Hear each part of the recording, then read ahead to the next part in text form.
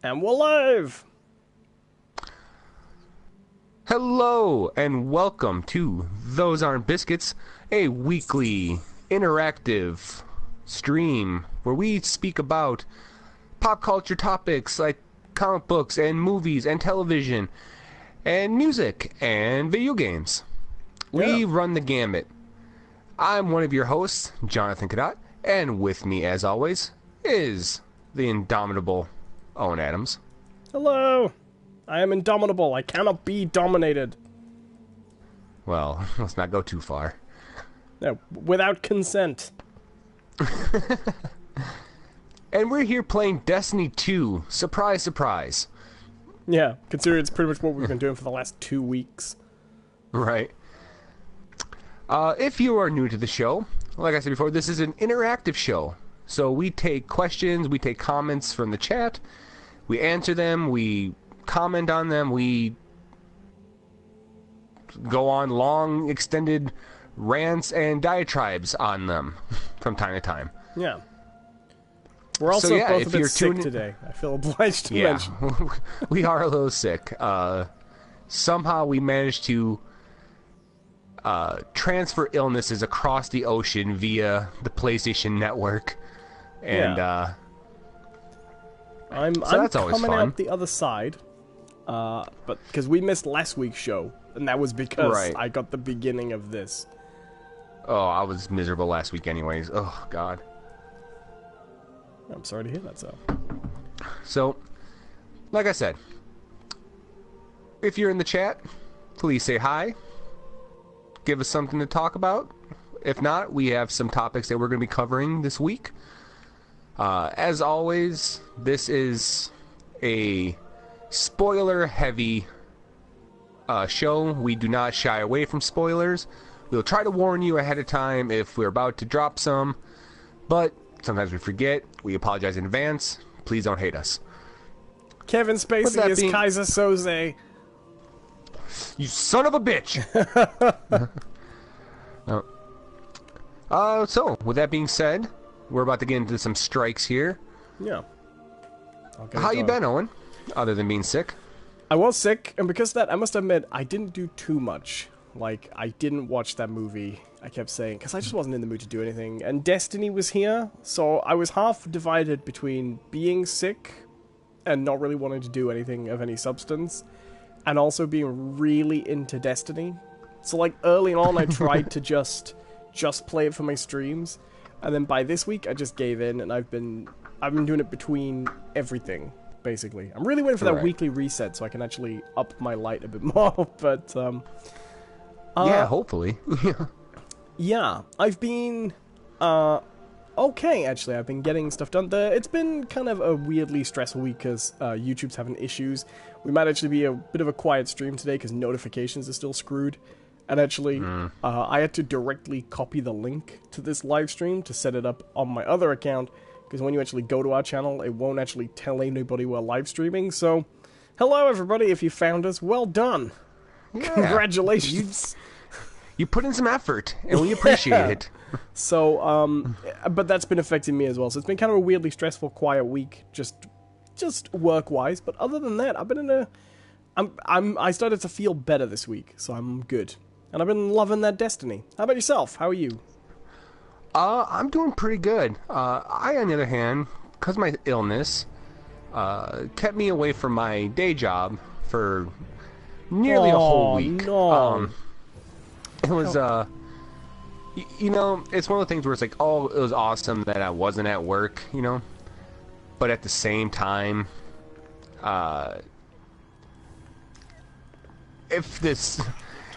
because of the circumstances, I might have actually just would have preferred work, you know? Ooh, legendary engram right off. Well done. We're just doing some strikes here, by the way. We're probably going to keep it to strikes just because partly if we go to social areas, John's audio tends to screw up a little bit. Yes, because of that. I was actually just going to mention that. I do not have great internet where I'm at, so I unfortunately will probably not be down in the chat, so I'm going to count on Owen here to relay anything of import. I will. Speaking of which, hello to Mr. Derpington, and hello to Zach. How you doing, guys? Hey, guys. I just wanted to as mention you that, guys yes, know, we're just going to be letting the Strikes playlist roll for pretty much, I think probably Yeah. just the whole stream, then we can just roll it and yeah, fight. I mean, we might, you know, swing by the tower, tower you know, for turn some some stuff yeah. here and there, yeah. I just wanted to squeeze um, that in before people wondered what we were doing. Right. Speaking of which, I'm also, So- this usually isn't a problem, but I'm also just going to turn my master volume down, just in case it's a bit, could be a bit loud, you know? What is... So yeah, welcome guys. As I think both of you have been here before, so as Welcome, you welcome. know, you can always jump question? into the... We'll get to it. Yep. Yeah. So here's a question. So, Had Destiny released before the last stream? I don't think it had. Before our last show. it did. It did actually. Our plan was to do it last week. But we were sick, so Yeah. we didn't get the chance to talk to it. So this is our first time streaming since it's released. Right, because last week we did our Mellow, which was fun. Well, not last week, not last stream. Yeah, last stream. So we didn't discuss this last week. Yeah, we can discuss this real quick. I like it. This is really good. It's a really fucking good game. That's really good. It's weird though because honestly, I don't have that much to say about it that isn't pretty much how I felt about Destiny post Taken King. You know? Right. I don't have a ton to add. Yeah. You know, and the thing is, you know, if you guys are here, if you guys are Destiny fans, you've probably heard a lot of all this that we might have to say about it anyways from probably far more qualified right. people, you know, games journalists and stuff like that. It's good. The big thing is the addition of a much more comprehensive storyline. The character work is much more involved, considering there actually is character work. Things like adventures and the lost sectors and There's a lot of extra stuff. like extra quests from NPCs and things like that really do well to flesh out the whole thing. Trials are now live, which we were amazing at the other day. Yes, amazing at getting eviscerated. Yeah, we went at a solid Owen 7 or something like that. I think what I would say about Destiny 2 is it's kind of the opposite of Destiny 1 a little bit, which was Destiny 1 was a really good core game and that was full of little decisions that you were just like, this was not designed with any consideration to the people who were paying for the game. Or, do you know what I mean? There were so many issues where it was like, well, this is a great game in the engine, a lot of effort's been gone into developing a smooth game, and then there's just this decision on top of it, which just feels like an obstacle, or feels like a drag, right? Destiny 2 is kind of the opposite. The core gameplay is exactly the same. It's a great core game, and yet it feels like, on top of it, what really makes it special is all these little areas where it's been made to just have a smooth, flowing, pleasant experience, you know? Right. Oh, Yeah, don't go it's like the big... No, we're going the right way. No, I'm not. Oh, no, shit, what the hell just happened? I'm in this, this stupid... I've gone down here so many times. I always think it leads me in here, but it doesn't. Yeah, I it's did like the a same lost thing. sector. Anyway. Okay. So, I guess, like, when it comes to Destiny 1, the way I always felt is that the developers had a vision that they stuck to, you know, religiously. I am so lost right now. Right. My favorite example of that is no matchmaking on strikes, on raids, even though literally everyone could see immediately upon playing it, it didn't work well, with absolutely no option for that.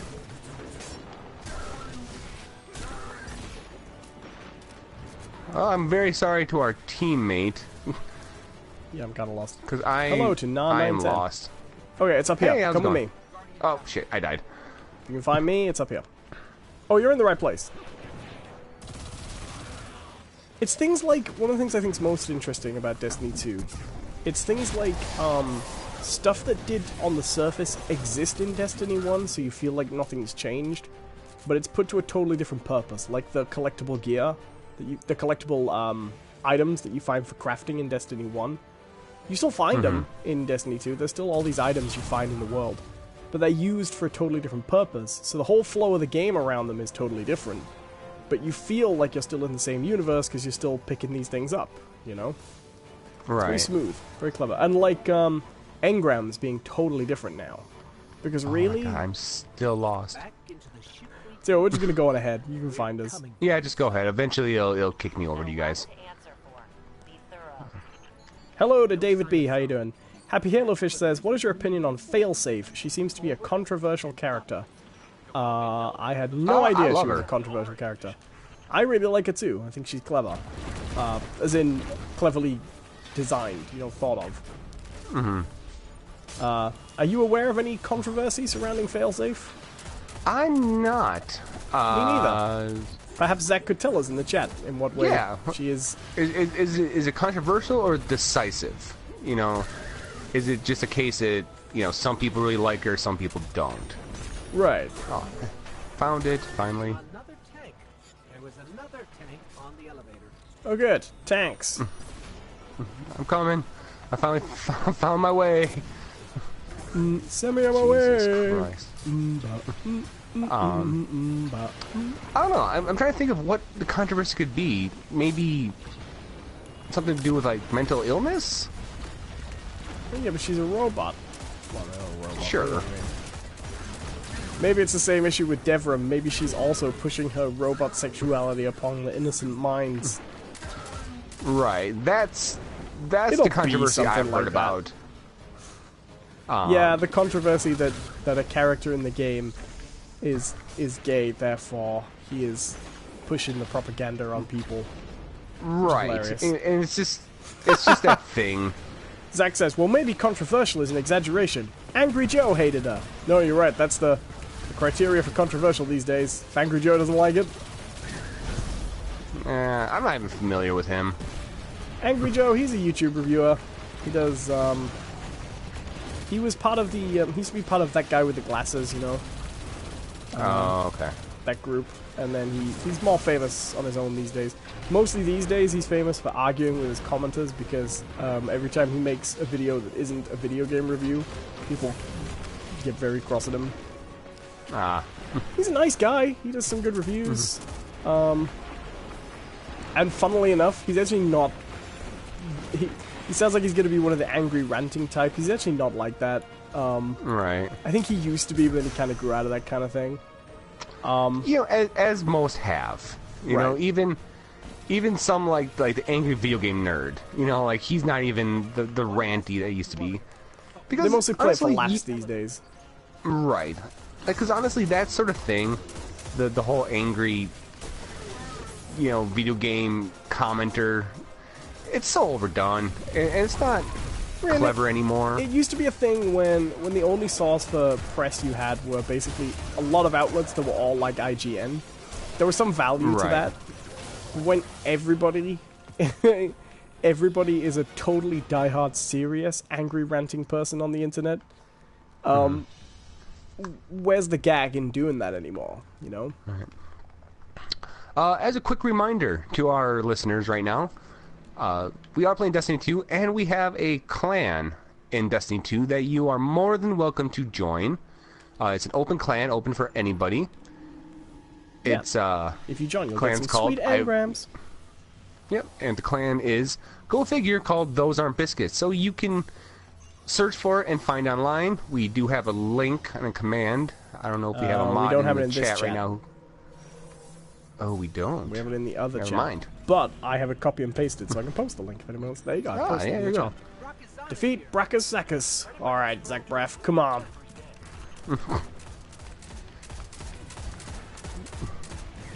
I still love fighting the Fallen. I don't know why. Pardon? What? I know we made this joke last time we did this, but Jersey Girl wasn't that good. Jersey Girl? Or Kevin Smith, he's not even in this conversation. Still just ragging on Jersey Girl. Garden State really was not that good of a movie. It would be great if it came out Kevin Smith directed that one as well, secretly. It was like, I was trying to go for serious. Zach Braff was my cuck. Zach Braff was my cuck. If we still had named the episodes afterwards, that would be our title for this week, I think. Wah, wah, wah, wah, wah. We haven't done that in a while. Huh. We don't even have music anymore. I miss that. I miss our music. Yeah, me too. But the live show, we get more viewers, so... Yeah. And see you later, David. Thanks for dropping in. Hey, I like doing it as a live show. Yep. So, other than Destiny 2, unless do you have any other things you like to speak about Destiny 2? I've been talking about Destiny 2 on every stream I've done of Destiny 2. I'll be honest, I love the game, but I don't have a lot to say about it anymore. Right. It's like that thing Eric Clapton said in an interview once, you know? He said, I loved Jimi Hendrix dearly, but I never want to hear anybody mention his name ever again. You know? I think that's fair. So, other than that, I've actually taken the time to watch some shows that I haven't watched before. I'm not usually a big television watcher. I don't know why. I just television for me has always been something really hard to commit to. Right. Well, there's your mistake. You're just supposed to watch it. Right. No one's asking you to marry it. Like, look, Game of Thrones, you know, I like you, but just not the marriage type, you know. Yeah, I could picture you watching TV and the trailers going, coming up, a new season of How I Met Your Mother. Ooh, oh, honey, yeah. About that. Look, I'm just not a cuddler, you know.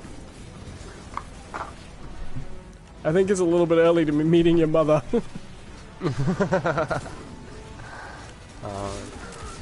But yeah, I managed to watch some new stuff. New for me. Well, one of the shows I watch is actually new in general.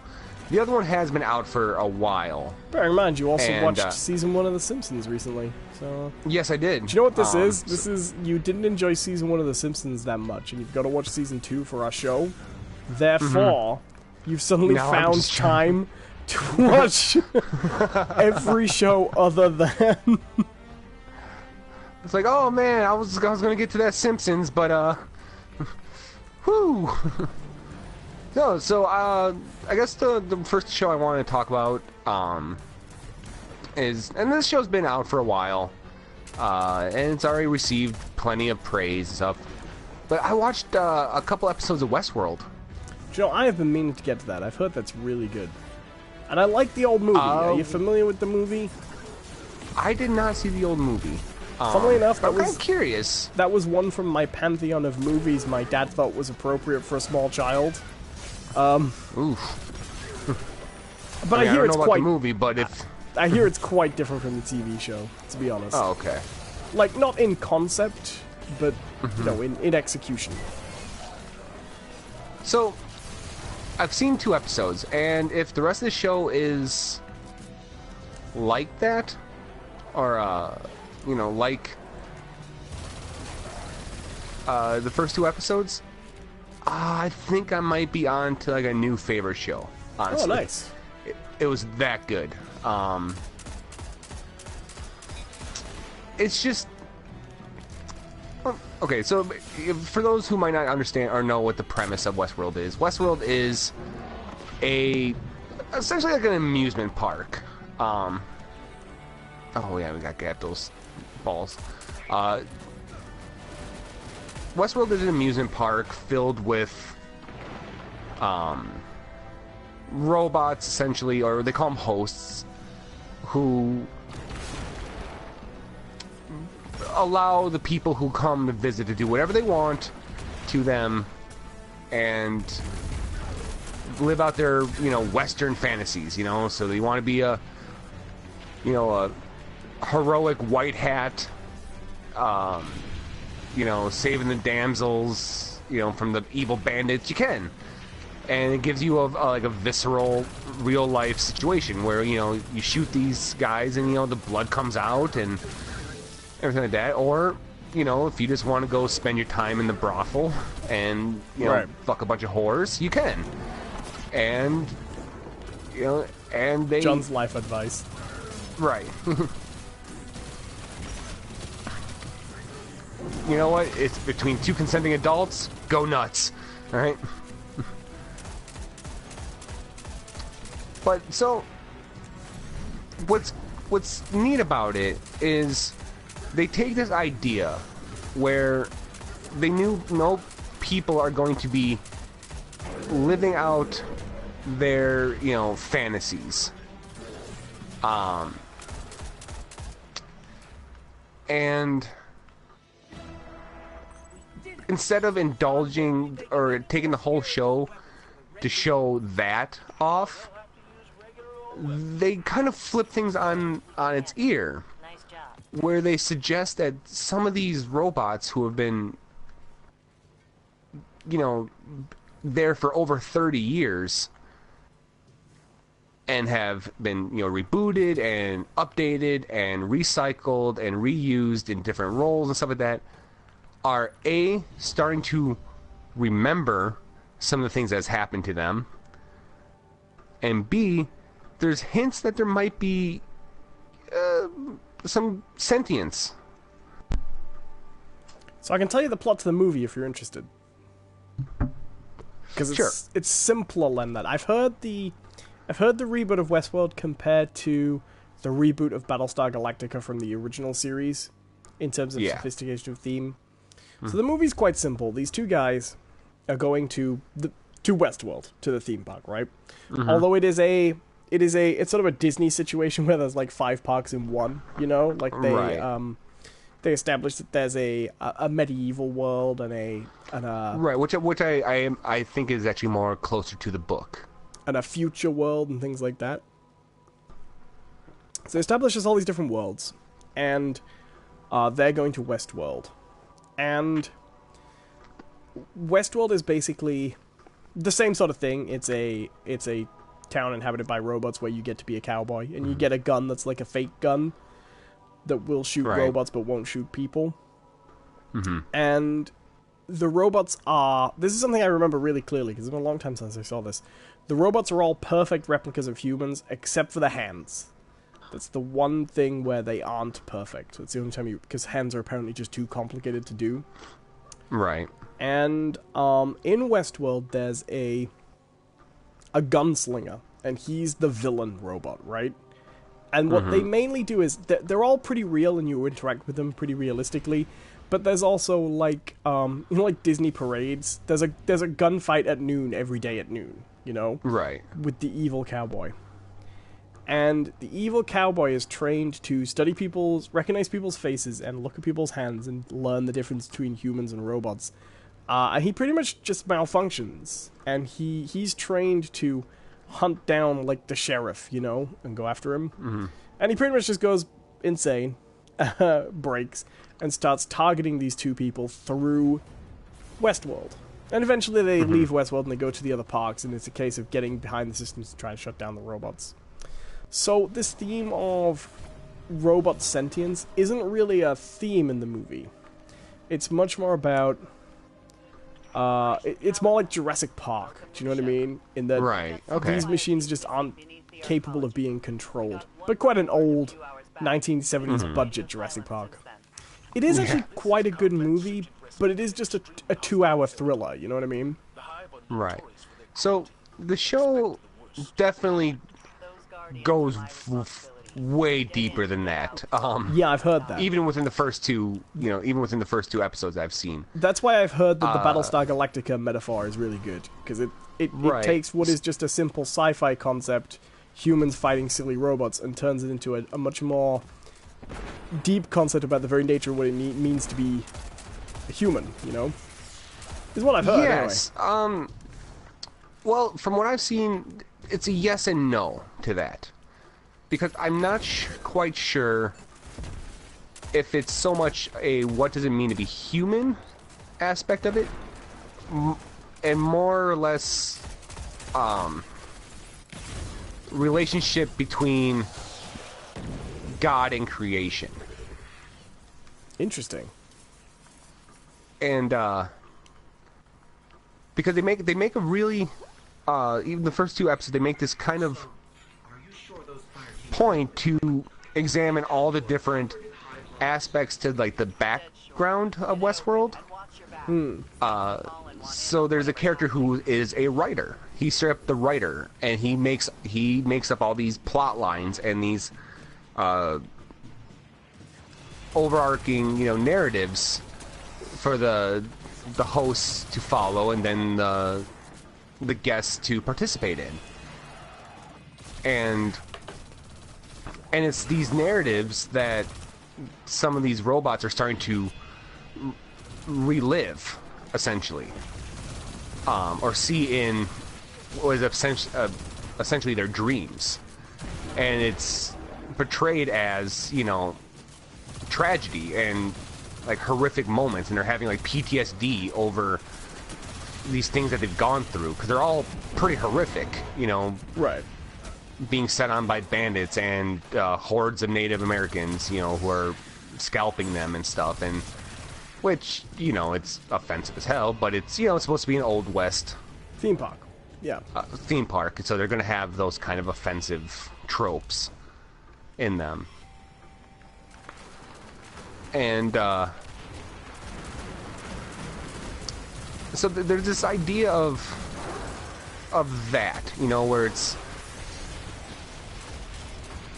that, these creations are starting to kind of revisit these horrible things, as well as an idea that some of their creators are having more than just the standard relationship with them. Not like a sexual relationship, but there's how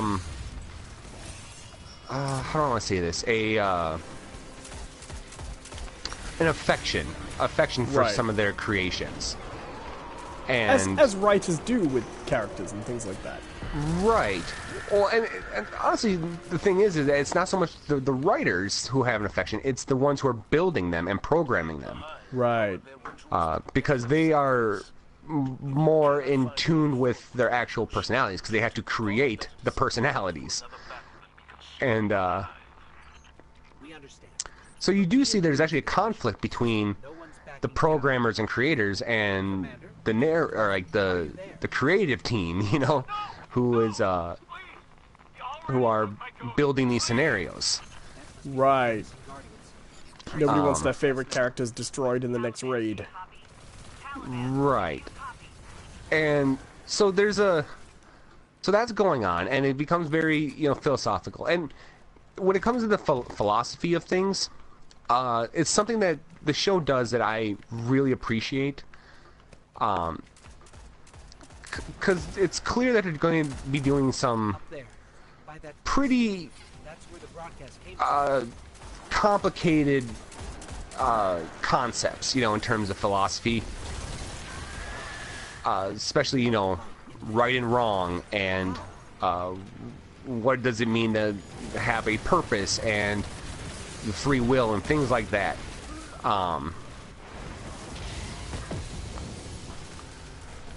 But they don't try to be too clever about it, or try to hide it. Right. Right off the bat, there's a conversation between Anthony Hopkins, who is amazing in this so far. And And everyone talks about can- how amazing Anthony Hopkins is, but I always feel it's worth mentioning. He can be very hit and miss. Cap on some kind of Like, Yes, he can he choose can be a bad bad- shows thing is Yeah. powered by void and films. But he is very good in this. He plays actually like the head boss. He was the first one to build these robots. He's like the John Hammond. Yeah, essentially. Except, I'm kidding, I just like to make oversimplified comparisons. well, I was gonna say yes and no, because I think he's the founder, but like control of Westworld has kind of been moved over to like a more corporate thing. Right. Board of directors and all these different departments. handling it. sense. It's no longer just, you know, his whims. Watch you smash stuff. And This place makes me nervous. but he has this really drawn out conversation with kind of his replacement as lead programmer, discussing the nature of mistakes. Is that you know, evolution has brought us to this point using only one tool, and that is mistakes. That every time, you know, as a species, we've recognized a mistake in ourselves, evolution has fixed it, you know. But then they say they got to the point now where they are essentially creating life with these robots, that they've reached the end. That they can cure all their diseases. Yeah, we've reached the pinnacle of civilization. Robots we don't realize are sentient that we're putting through hell. We're doing so great, you guys. Well, it's we're A-okay. You know, it's more along the lines of that since they've reached the point where their creations are now on the evolutionary path, they're no longer need to be fixed. They don't need nature to solve their problems anymore. They've now... We just invent our ways out of it, you know? That's pretty true, I suppose. We build and science our way past evolution now. We can move faster than it. Oh, goddammit. Podcast. Which is a fascinating concept to me, you know? No, I agree. But then, okay, so that happens, but there's this dual thing that's happening in the show. Because that's all of what I've spoken so far is all happening essentially outside of Westworld. The other half takes place within Westworld, and it follows some actual players. One in particular is a character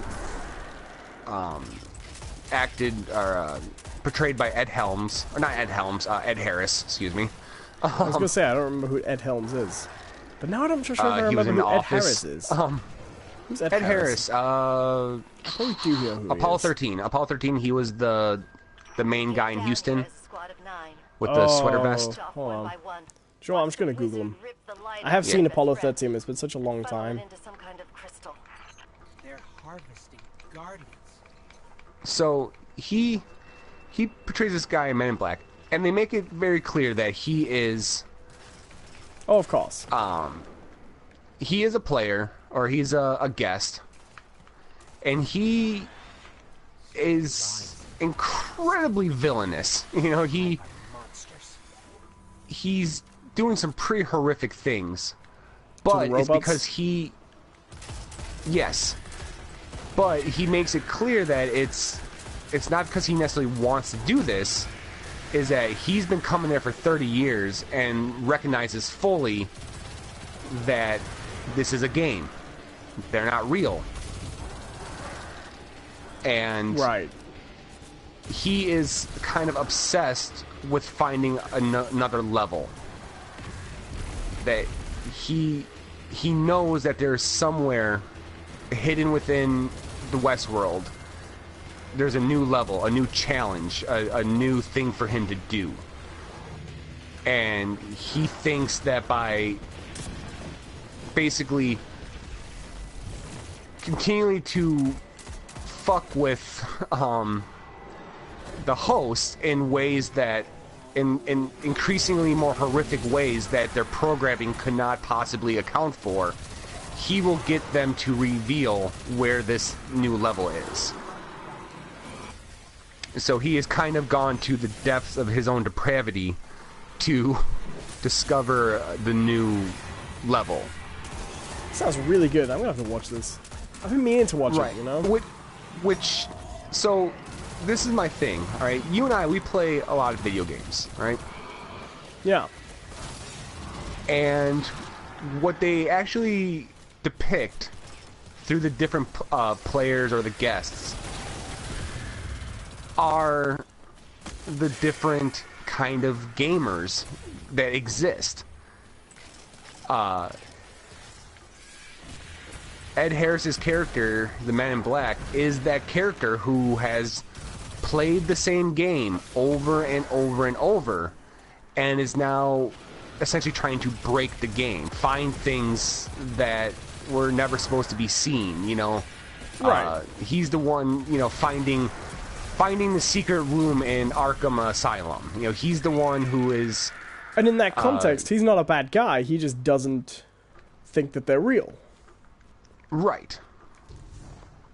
We've been able to And, avoid lying against the Hive twice. Hello And to then Sam there's, like, Foreman, another- by the way, in the chat. Sorry. Hello to Hello, Sam. Sam. We're talking about Westworld. That's what we're talking about. The TV Yes. show Westworld. Back off, you ugly piece of Which wood. we haven't finished yet, so please don't post any spoilers in the chat. Yeah, we were only on episode 2. Or And I'm not even that. But Takeo, listen. We can use And but then there's like another pair of characters. There's these two guys, and one guy, it seems like he's having a hard time. You're right. There is a way out of this. He's having a hard time What is it? Embrace suspending the his passion fun. disbelief. Right? He's still encountering these robots, and he can't bring himself to treat them as if they're not real. Right? He is the narrative gamer to me. He's the one who is fully invested in the story, and he wants to act accordingly. You know, he's the guy who's playing Grand Theft Auto and trying his best not to run over civilians. You know? right. And then his buddy is the exact opposite. He is fully aware that this is, you know, a game, and is there to indulge his darkest, you know, fantasies. You know, you know, for like there's a moment where like an NPC essentially comes up to offer them a quest. Like, oh, there's treasure in them hills. You know, let's you boys. And he's just like, no, we don't want to. And the guy keeps it up, like, oh, I just need a couple strong men like yourselves, and he just loses it and stabs the host in the hand. Like, doesn't just kill it, just stabs it in the hand and says, "We told you no." You know, he's that gamer who he's the guy who buys Call of Duty only to play the multiplayer. Right?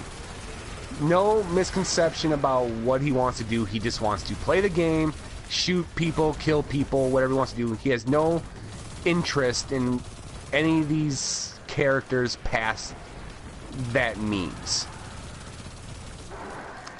Right. And it's really fascinating because whereas the philosophy of the show they wear on their sleeves. You know, you know exactly kind of what they're trying to go for with philosophy. With the gaming things, that they are really kind of clever and more subtle about. They're not necessarily, you know, Sounds like an interesting parallel. broadcasting that. It's a little bit like how in GTA, and it's something not actually that many people picked up on, I think. A lot of people talked about the 3 characters in GTA 5 and how, oh, when you play as Trevor, it's so much more fun to just get in a rampage, so it's nice, and then you can jump into other characters for the story. Mm-hmm. But it's so obvious when you play GTA 5 to me, and I'm surprised how little this came up in reviews at the time, that those 3 characters are the 3 main people in GTA's audience. Yes. They are people who are adult gamers who very often do feel a little bit like they don't know what they're doing with their lives, and you know what I mean? Like the video game journalist that still worries about whether gaming's a real job and things like that, and whether Right. he's too old for Grand Theft Auto, you know? And then Yeah. the young teen who thinks it's cool, and and thinks that he's coming into something like the kid, you know, who thinks that Grand Theft Auto is still this kind of forbidden fruit, and the psycho who just wants to run over and kill people and thinks that in itself is fun. Which is not totally relevant to Westworld, but do you know what I mean? I think we're starting to see more commentary like that about video games, that different sectors of the audience appeal in a different way, and draw in a different kind of person. Well, not to just break away from Westworld quite yet. No, I don't want to. I just wanted to mention that as a similarity. Well, there's something I did want to bring up when it comes to GTA, and it's something that I never really noticed before. But I watched the video and they brought it up. Is the real interesting thing about GTA when it comes to like social commentary? It's not the three characters necessarily, but the developers actually give you everything you need in that game to have a life simulator that has nothing to do with crime. Right. You can sit there and do yoga all day. You can play golf. You can run jobs. You actually can do like the taxi cab stuff, and yeah, and you can buy a cab to do it. You don't have to steal a cab to do it. Right. But how many people didn't? And the only thing you have to trade off is that you don't get to see the story of these characters. Yeah. So you have to make the choice of essentially not committing the crimes, not doing any of that, if you want to essentially play a game like a normal human being. Right. That's interesting. Which I never I thought think, of it like that. Yeah. I did see that review of GTA 5 that said GTA 5 is the world's greatest downhill biking simulator. And that it's got a load of extra content too. They just reviewed the whole game as if the whole point of the game was to go to that top of that mountain, you know? That huge one with the rickety footpath. With the BMX. And just go to the top and ride it down as fast as possible. And they just reviewed it like that. And then everything else on top of that, they barely covered and just mentioned it as like extra features that you can also do if you get a little bored of riding that bike. And that, to me, funny. Was just a great review, because in actuality, that sounded more fun to me than most of GTA 5. Like, I didn't have a problem with GTA 5 early on, but for all the praise it got, I really think that game falls apart when they introduce Trevor, because then it just becomes exactly what you expect it to be from GTA 5. I never played online, though. That never came out by the time I was done playing it by the time that came along. Oh man, I'm not getting any legendary engrams from loot at the end. I'm only getting them from drops, you know? Yeah, me neither. I got once again, guys, this is an interactive show, so if you have any questions, any comments, feel free to leave them in the chat. We will get to them and respond to them. I'm playing Destiny. You want to go to the tower, or do you want to do another strike? Yeah, let's do another strike. So, nice. It's good for the show. The last thing I want to say about Westworld is nothing really to do with the plot or anything like that. It has one of the most amazing sound designs and music scores that I've ever heard. Nice. Because they do this thing. It's better than this. And I didn't. Close. Not quite, but it's getting there.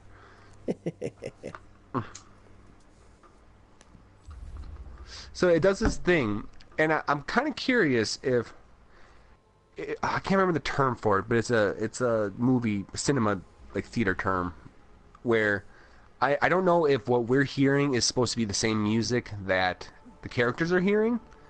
Right. But it's all that old-timey, recorder piano music. But if you listen closely, it's actually real songs, westernized or westernified. Like Black Hole Sun, you can hear Painted Black. So done on like by a the plinky plonk Stones. piano. Yeah. That's What is amazing. the other one? It's, That is all apologies by Nirvana. that is a production It's team that has played Bioshock Infinite. right. No, it's a great trope, and I think it's only Bioshock Infinite that's done it before, right? Like, I don't think anything else has really done that. Right, and I'm curious. I'm gonna have to look it up because I know there's like one guy out there who does that, and it's that what the fuck is his name? Is it Peter Bradley or so Scott Bradley? He does the postmodern jukebox, but he also does a ton of work for movies and music and stuff. He's the one who did those Bioshock Infinites songs. It's getting more common on YouTube, like mixing match. Like, I saw one the other day that was it was the Doctor Who theme, but it was the Doctor Who theme if it had been done by John Carpenter. So it had like the you know, the dun dun dun dun dun dun, that was in a minor key, Yeah. and that was the kind of instrument at the back of you know, the Halloween theme tune. Dun, Yeah. Not that bit. The bit at the back of the Halloween theme tune. You know, dun, Oh, okay. dun. You know that. That was that bit, and then over the top there was kind of like that, but it was more like Escape from New York, Okay.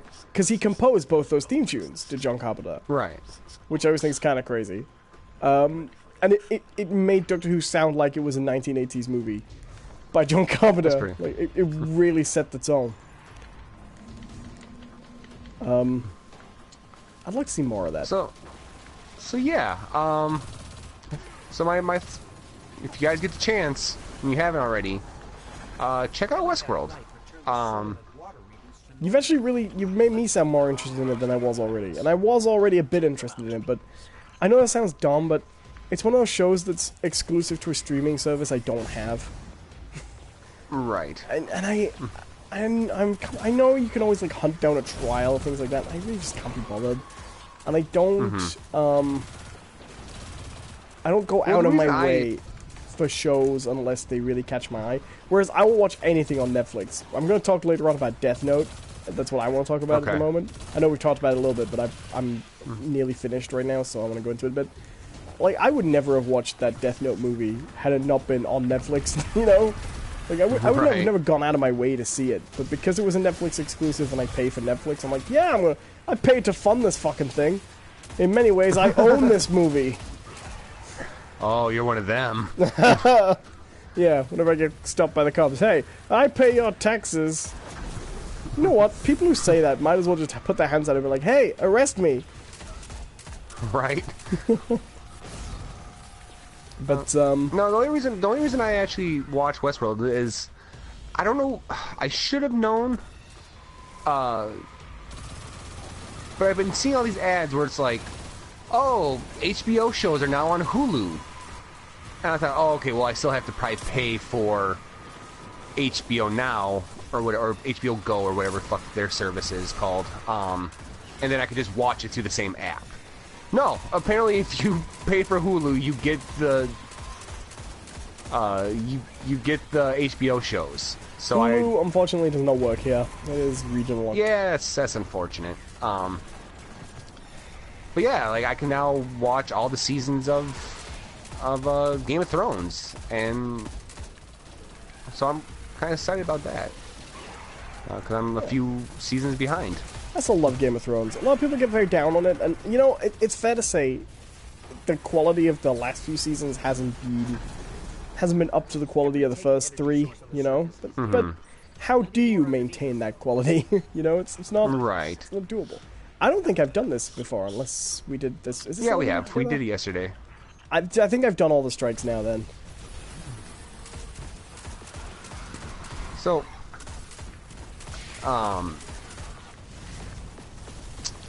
I think the issue with Game of Thrones right now is they had to shift, right? They had to make that shift.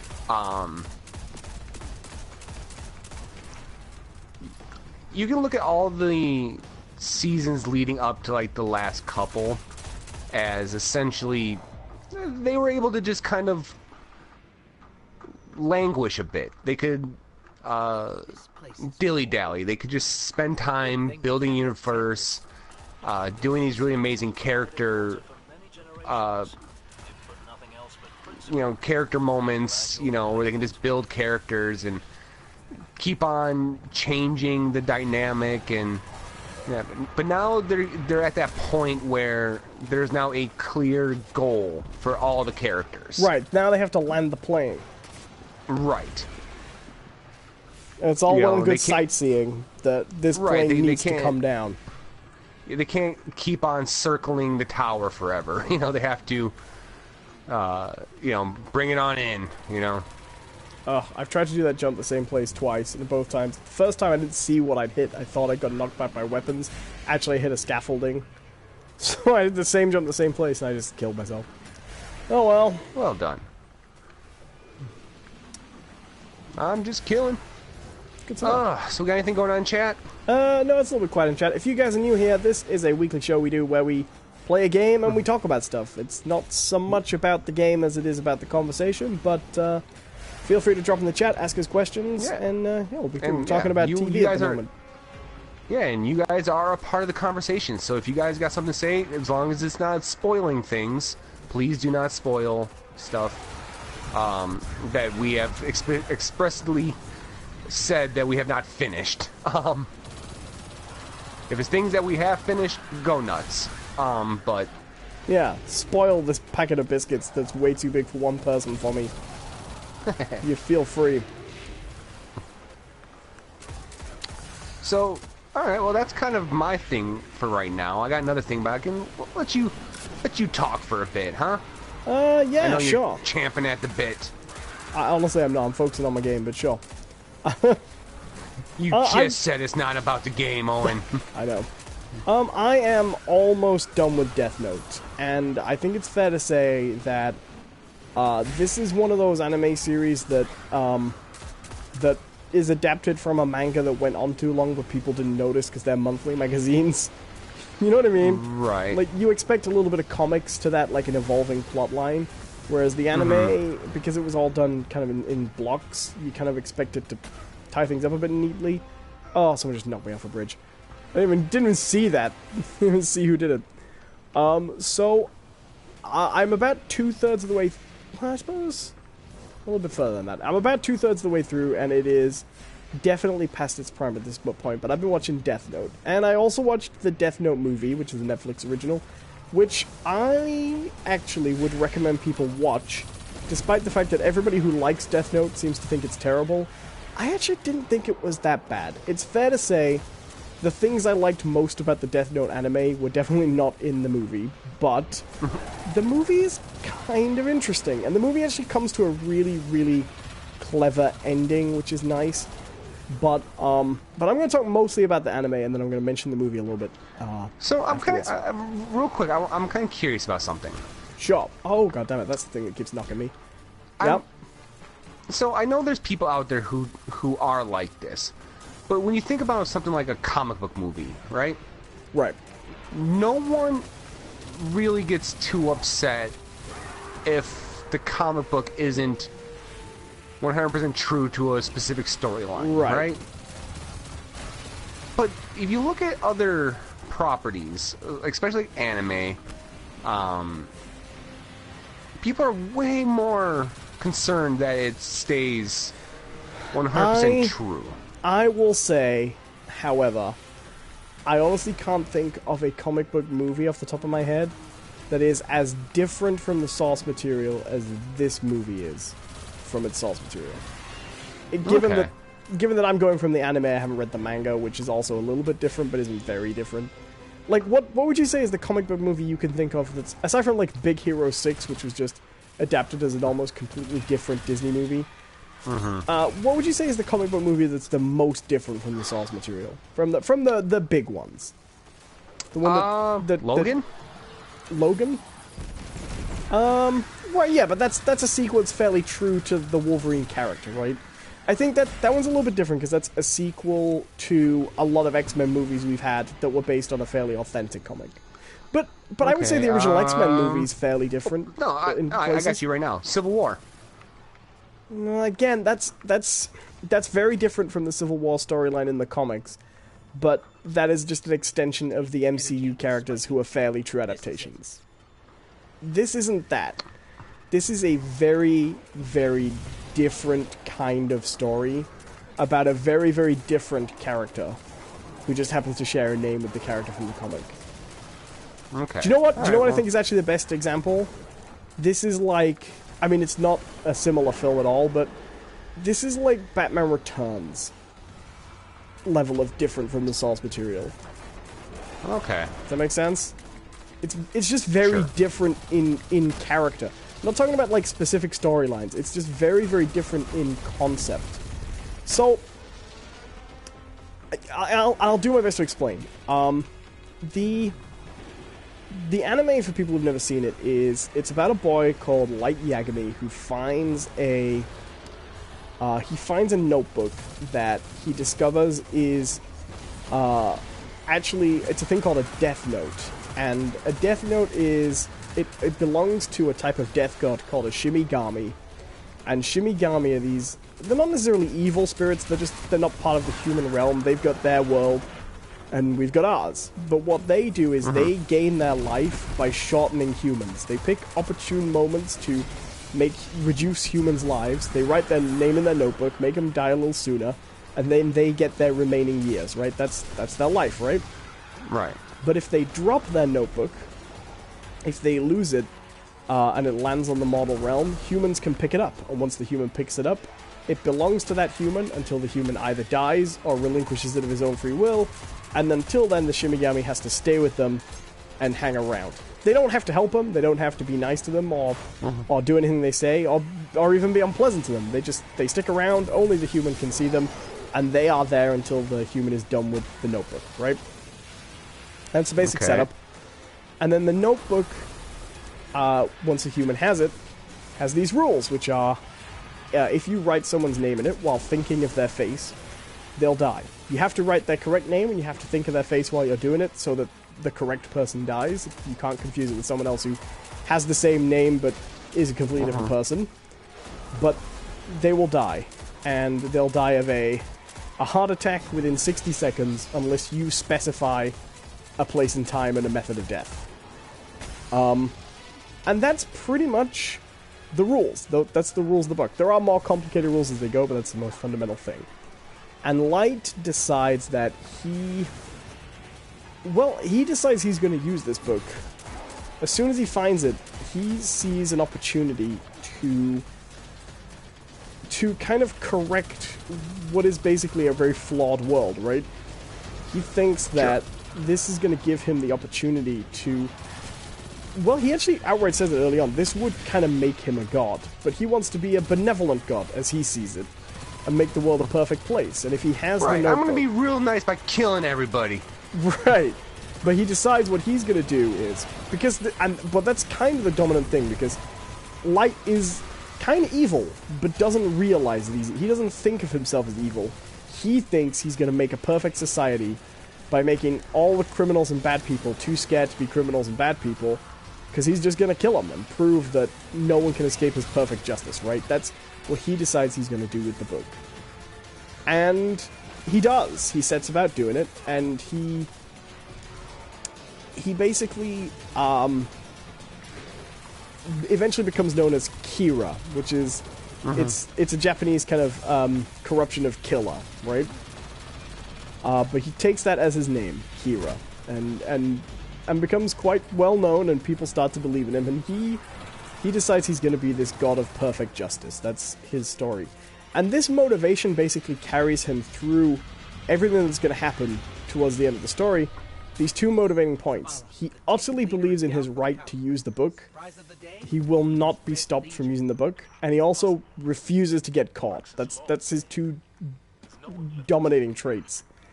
And then actually, kind of the rest of the show follows from there. The first few episodes are a little awkward as they establish the kind of oddly specific rules of the book, and they establish this motivation which seems to come out of nowhere. But once they establish those things and they say, look, those are the motivations. Light's going to use the book, he's not going to get caught at any cost, and these are the rules of the book. Once they establish that, the first couple of episodes are a little rough, but that's like getting the roller coaster to the top of the hill, you know? Everything else flows from that point really quite remarkably smoothly for a good 20 episodes. Because then they introduced this character called L. And L is a super detective working under a pseudonym. And he is brought in to figure out who Kira is. And this is where the show kind of gets interesting, because for all as powerful as this book seems, the fact that he has these limitations leads L to figure out a few things. I mean, he figures out incredibly early on that Kira's in Japan, that he can only kill if he knows someone's name and their face, and that, and quite soon after that... Alright, so we're going to the tower? Yeah, sure. Sorry about that. We're jumping in already. Oh, we'll skip out, it'll be fine. So he figures out... Fuck you, buddy! He figures out, because all the people who died, he gets all the data together, and he finds out that all the people who died, their crimes were public.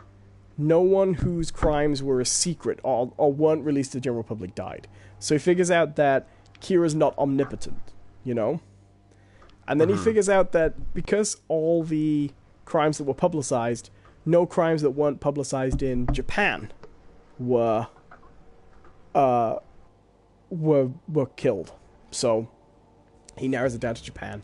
And then he also figures out that anyone whose name was misspelled, or who was released with just a name and no picture, wasn't killed. That doesn't include those. And so quite early on, it's actually a really interesting show about how, with all the power in the world, you are still victim to the process of elimination. You know what I mean? Like, there's no such thing as this perfect crime, even in this seemingly unlimited power of being able to kill whoever you like at long distance, leaving no evidence.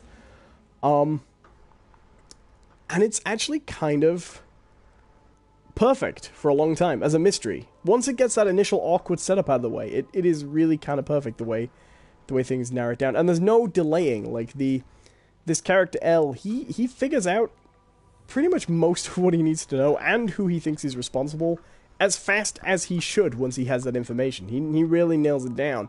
It just becomes a case of proving it, you know? Right. I will prove that there is a death demon and a book out there. You just watch me. That's actually the best bit. It's very late in the show that they figure out the method. But he doesn't need to know how it's done to piece together what they have with the evidence, you know? He doesn't need that to... And so what was kind of interesting about it was just how much this is a detective story. From the other side, this is like Columbo, you know? You know Columbo, you would see the crime done, and then it was all about how did Columbo piece it together? That's kind of what the show is. And it's about two characters who are just trying to stay ahead of the other for a long time. Now, it does fall apart towards the end. They introduce a second notebook and a second killer and things like that, and it has lost its way somewhat. But I would actually really recommend watching this. And I say this as somebody who has not watched or recommended an anime in about 15 years. Like, I don't normally like them. This is... It really doesn't maintain its quality. And you've got to get through that... Like, I don't know how you feel about anime in general. Personally, like, I have to hold my nose and get past the dialogue. You know what I mean? And things like that. Get past the anime-ness. But it's actually kind of great. It doesn't end well, and it doesn't start well. But while it's going, it's kind of really special. The Netflix movie is a very different thing. Because the Netflix movie is about a... Light in the anime is a genius who keeps up with his plot and stays ahead of the detectives for quite a while through his genius. Light in the American movie is he's practically Peter Parker. Do you know what I mean? Okay. and he's getting bullied and he's getting kicked around, and he finds the notebook after getting the crap beaten out of him. And there's a scene where he goes to the principal's office, and they find that in his bag he's got all these tests that he's been writing for other students. So after getting the shit kicked out of him, the principal's like, "You're gonna get expelled!" And he finds that he's got the notebook. And in this, they introduce the Shimigami. I didn't even mention the Shimigami in the actual main Shimigami Ryuk in my talking about the anime, because honestly, he's really not that important. He doesn't do that much. He's just he's just like a Pikachu. Do you know what I mean? He's just there to be a character. No, he doesn't look like a Pikachu. He's just, that's his role in the story, Pikachu. Do you know what I mean? I think it would be so much better if it actually was Pikachu. If it was Pikachu. No, he's a big, scary, like, skull face guy, but he's not that involved in the story. And at first I was kind of surprised and disappointed, but then I kind of liked it. He says at the beginning, like, "I'm not your friend. I can't give you information because I just don't care. I just have to be here because I'm tied to the book." Do you know what I mean? That's his attitude in the show, and it's quite funny. And in the movie, he is the owner of the book, and he's given it to Light deliberately for fun. And they're always kind of playing around with what his intentions actually are. He's a much more sinister character in the movie. He's, again, not hugely involved, but they keep hinting he's more involved than he is. And the movie is actually very different. L is basically the same, but it's very much less a police procedural about narrowing things down, and very much a story of a guy who has an emo girlfriend who keeps using the book in scary ways without his permission. He does decide in the film. Who hasn't been in that situation? Baby, did you just kill a bunch of people again? God. He does decide. We're trying to build something. We're trying to build a nice relationship, and you just get to keep on murdering people, don't you? I've been there. Come on. He does decide in the film as well that he's going to be this god and he's going to take vengeance, and that's why they start looking for him. But the film always wants him to be nice.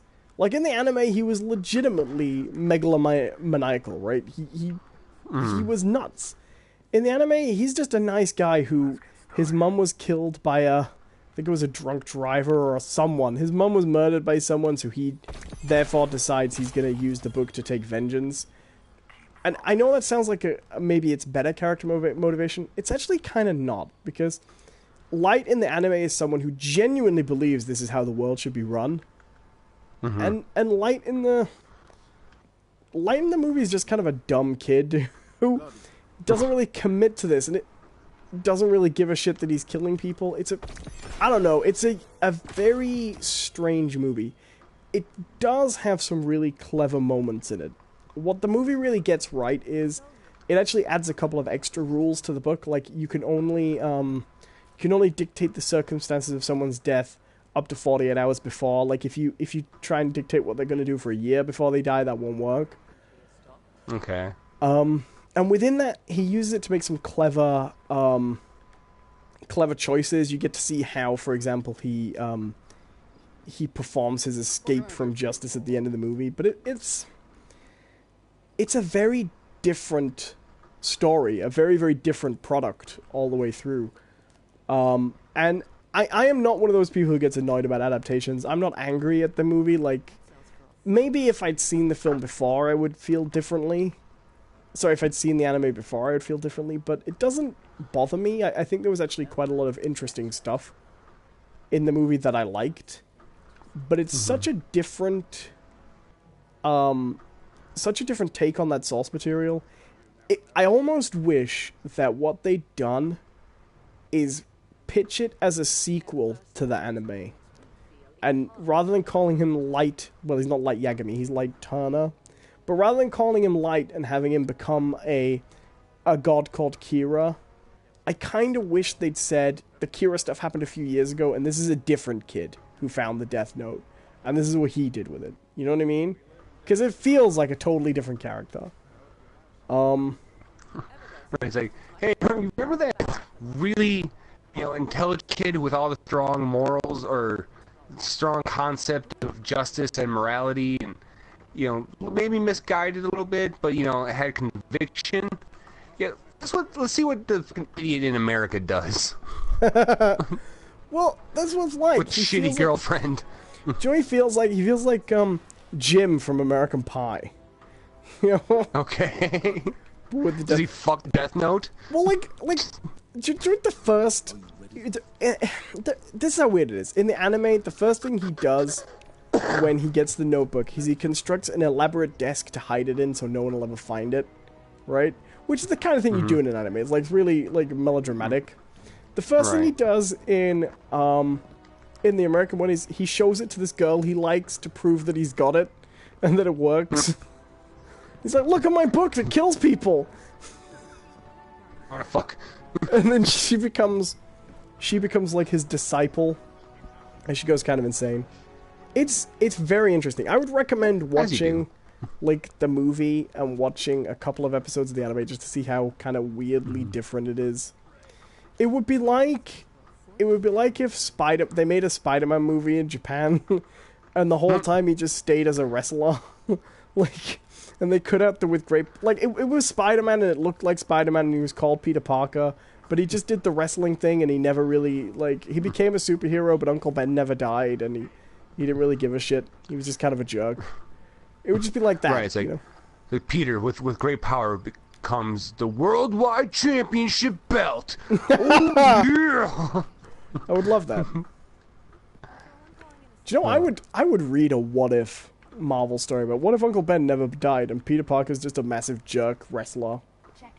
I think they made that, didn't they? Didn't they do a what if Uncle Ben never died? Yeah, but when they do them in real life, they always do them as, and somehow Peter learned the same lesson, therefore nothing really changed, you know? In this one, just running around using his web to rip clothes off women and stuff. Like Patrick Stewart in Extras, and then her clothes just fall off. Oh. But she tries to cover herself up, but I've seen everything.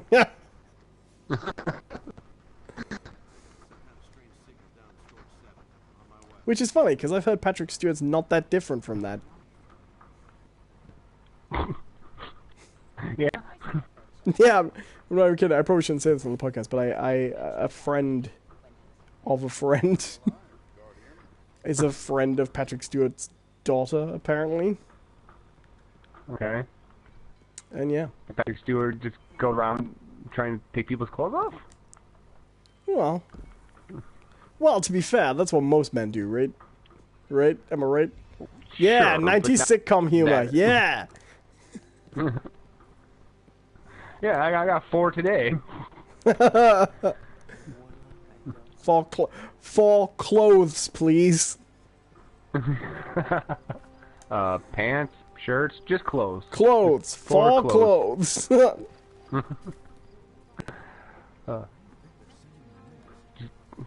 Charles. Charles. Well, no, I'm actually kind of interested now. Like, what the fuck are you talking about with Patrick Stewart? Like, I can probably say no more, lest it expose my connection. Should Patrick Stewart hear this episode of the show? well, all right, I'll use it as you know what, I will tell you as much as I can. My girlfriend was telling me that a friend of hers knows Patrick Stewart's daughter, and that they went to his house, and that he was a little bit of a lech. It's interesting, isn't it? An old man being a little bit of a lech. Oh, perished thought. Our elders are our greatest treasure. Our elders are our greatest treasure. Just Patrick Stewart, or like all of them? Because I'm willing to agree on Patrick Stewart, but well, all elders named Patrick. How about that? oh, I can go with that. Hope she's not listening. There's not a single trouble for that Patrick over the age of 60 who isn't just a treasure to be around. Mark my word. Find me a Patrick over 60 who's a dick, and I'll eat my shoe. Like Werner Herzog.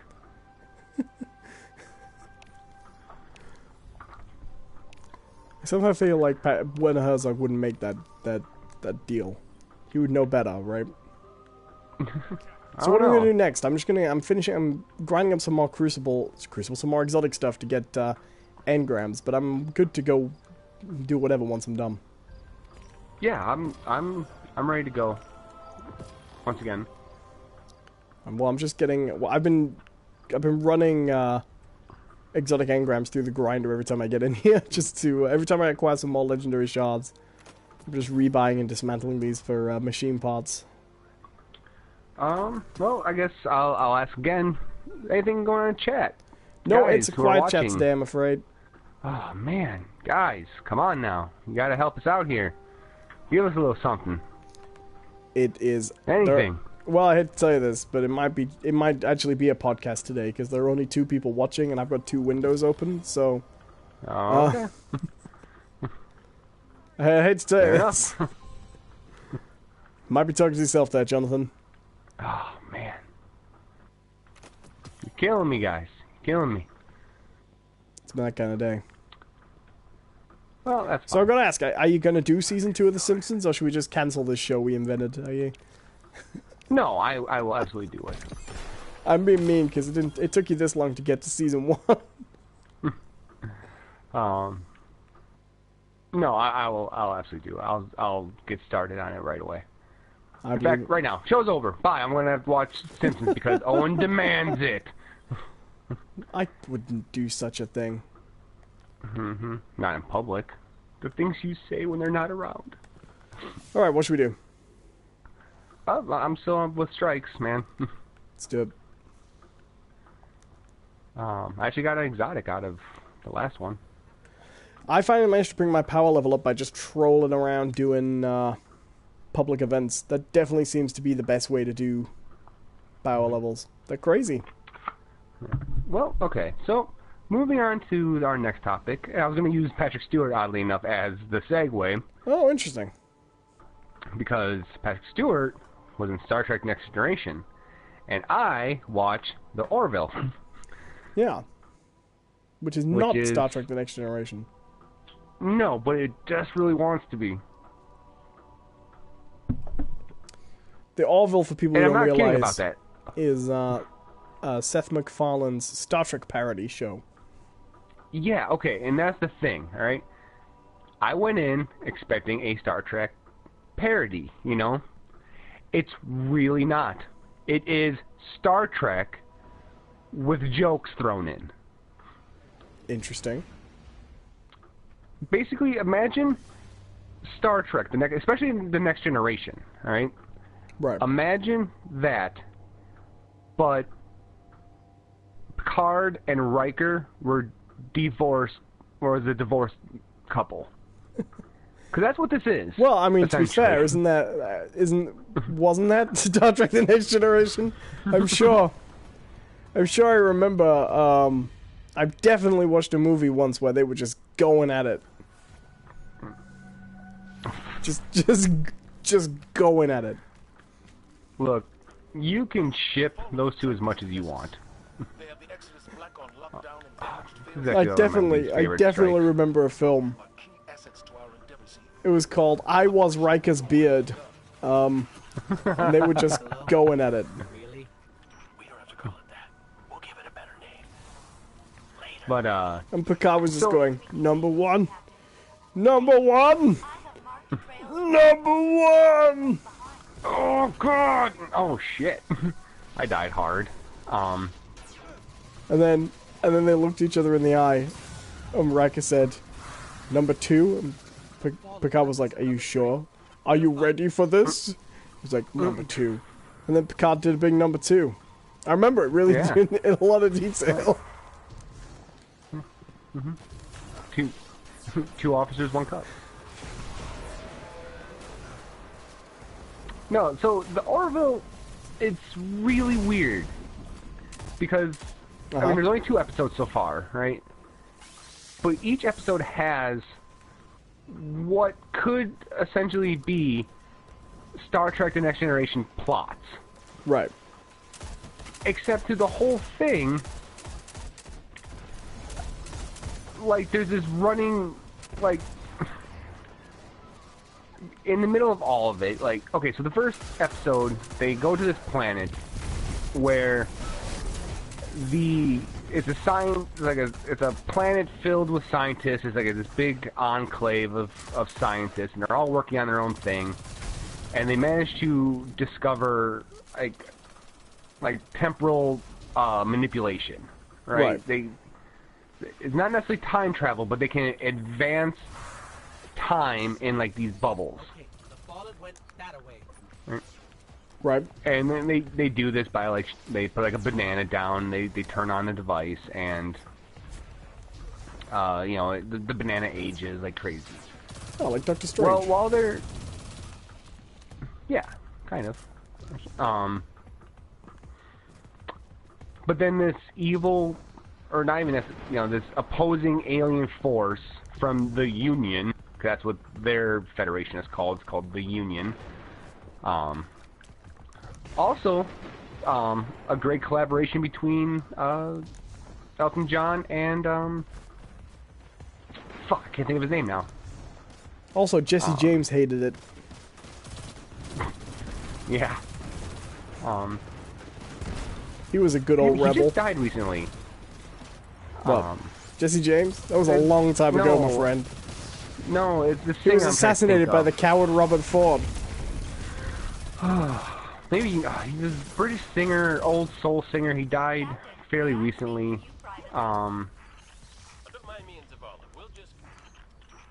Recently, he always had this giant beard. He almost looked like Alan Moore.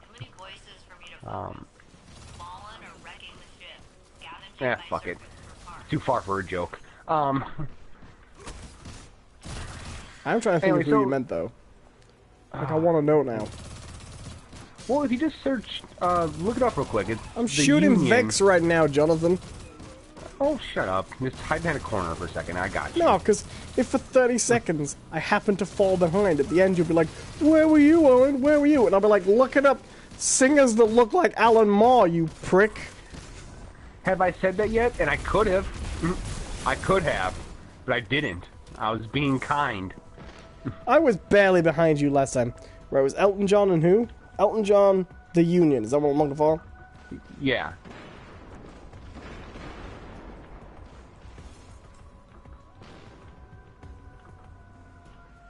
Oh, Leon Russell. There we go. Thank you. Yeah, pretty good duet date. Or, Pretty sure he was Alan Moore, wasn't he? That would have been way better if it was Alan Moore. I'm just like... Guess that's Benny and the call it. Jets. I am a true weird wizard. concept of- I know. Yeah. I know more about magic than Elton John doth.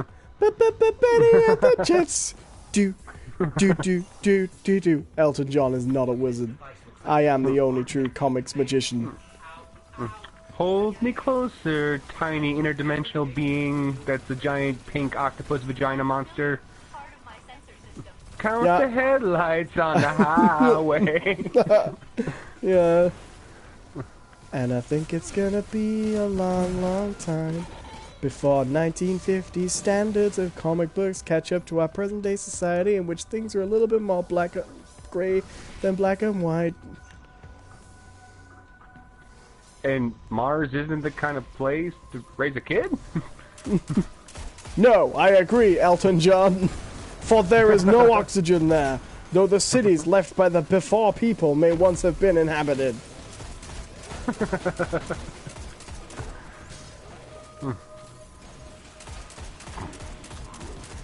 Saturday night's alright for wizard fighting Grant Morrison.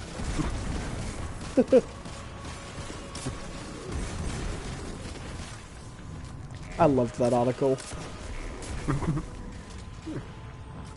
Oh, can you feel the lack of true emotional love, but more or less a sexual deviance between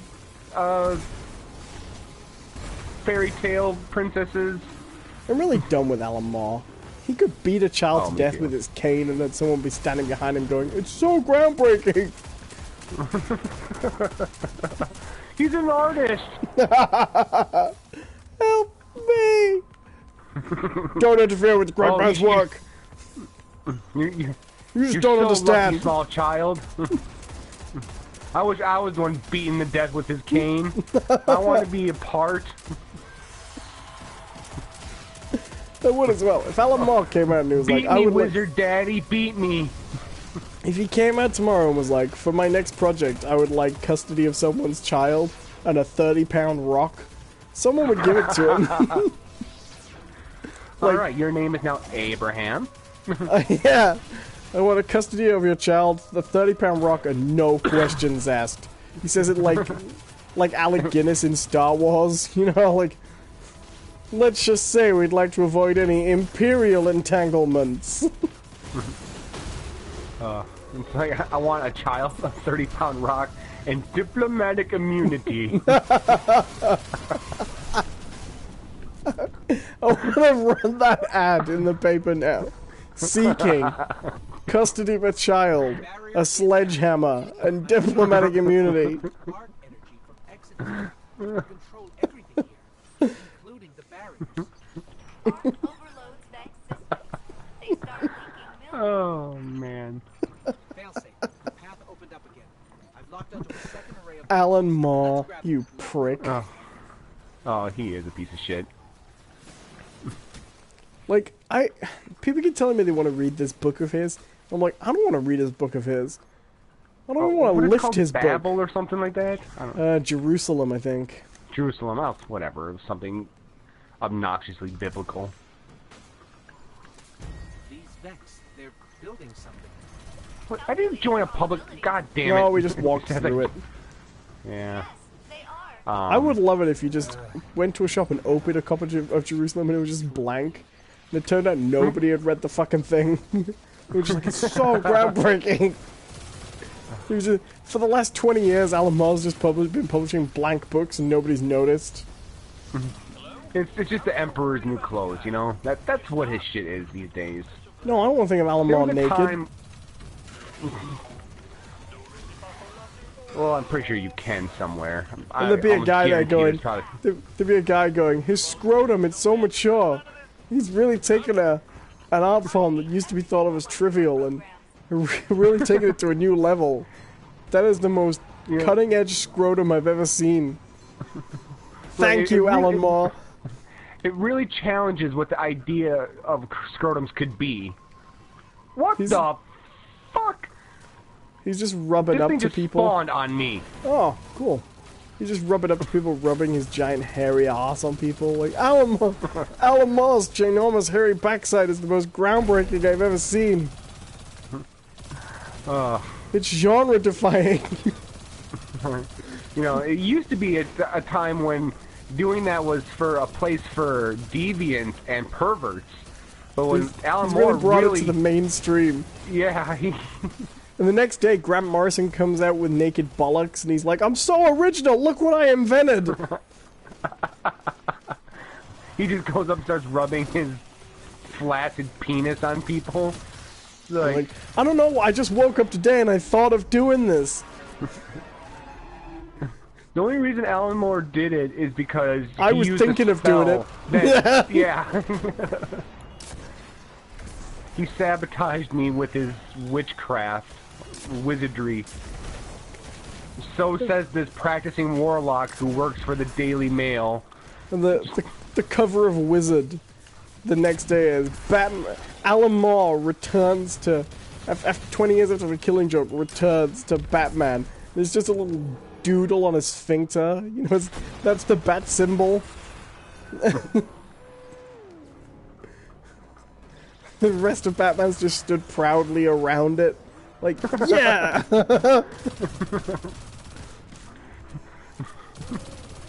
And of course, you know,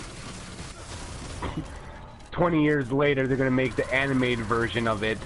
They just slash Barbara Gordon in the face with the bat symbol on his dick over and over again. That was a really important addition to the story, I think. Mark Hamill's like, this time I'm definitely retiring from doing the Joker unless we adapt that.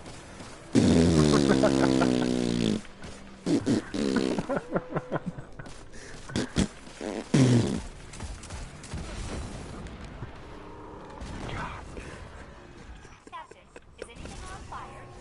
I feel like something's on So, fire. the Orville. Alright. Worry, now, Satan, we got it. Sorry. But yeah, so what it does is they have like these plots that are just straight up like Star Trek plot lines. But then, like in the middle of it, they'll just have like this bickering divorce couple where it's just oh, I caught you sleeping with a blingagon, and he was there for me when you weren't. You were too busy with your job. I was trying to make something of, and it's just like, it's not necessarily bad. It's just like, this isn't a parody. You're basically just making Star Trek and adding unlikable characters, Was it good?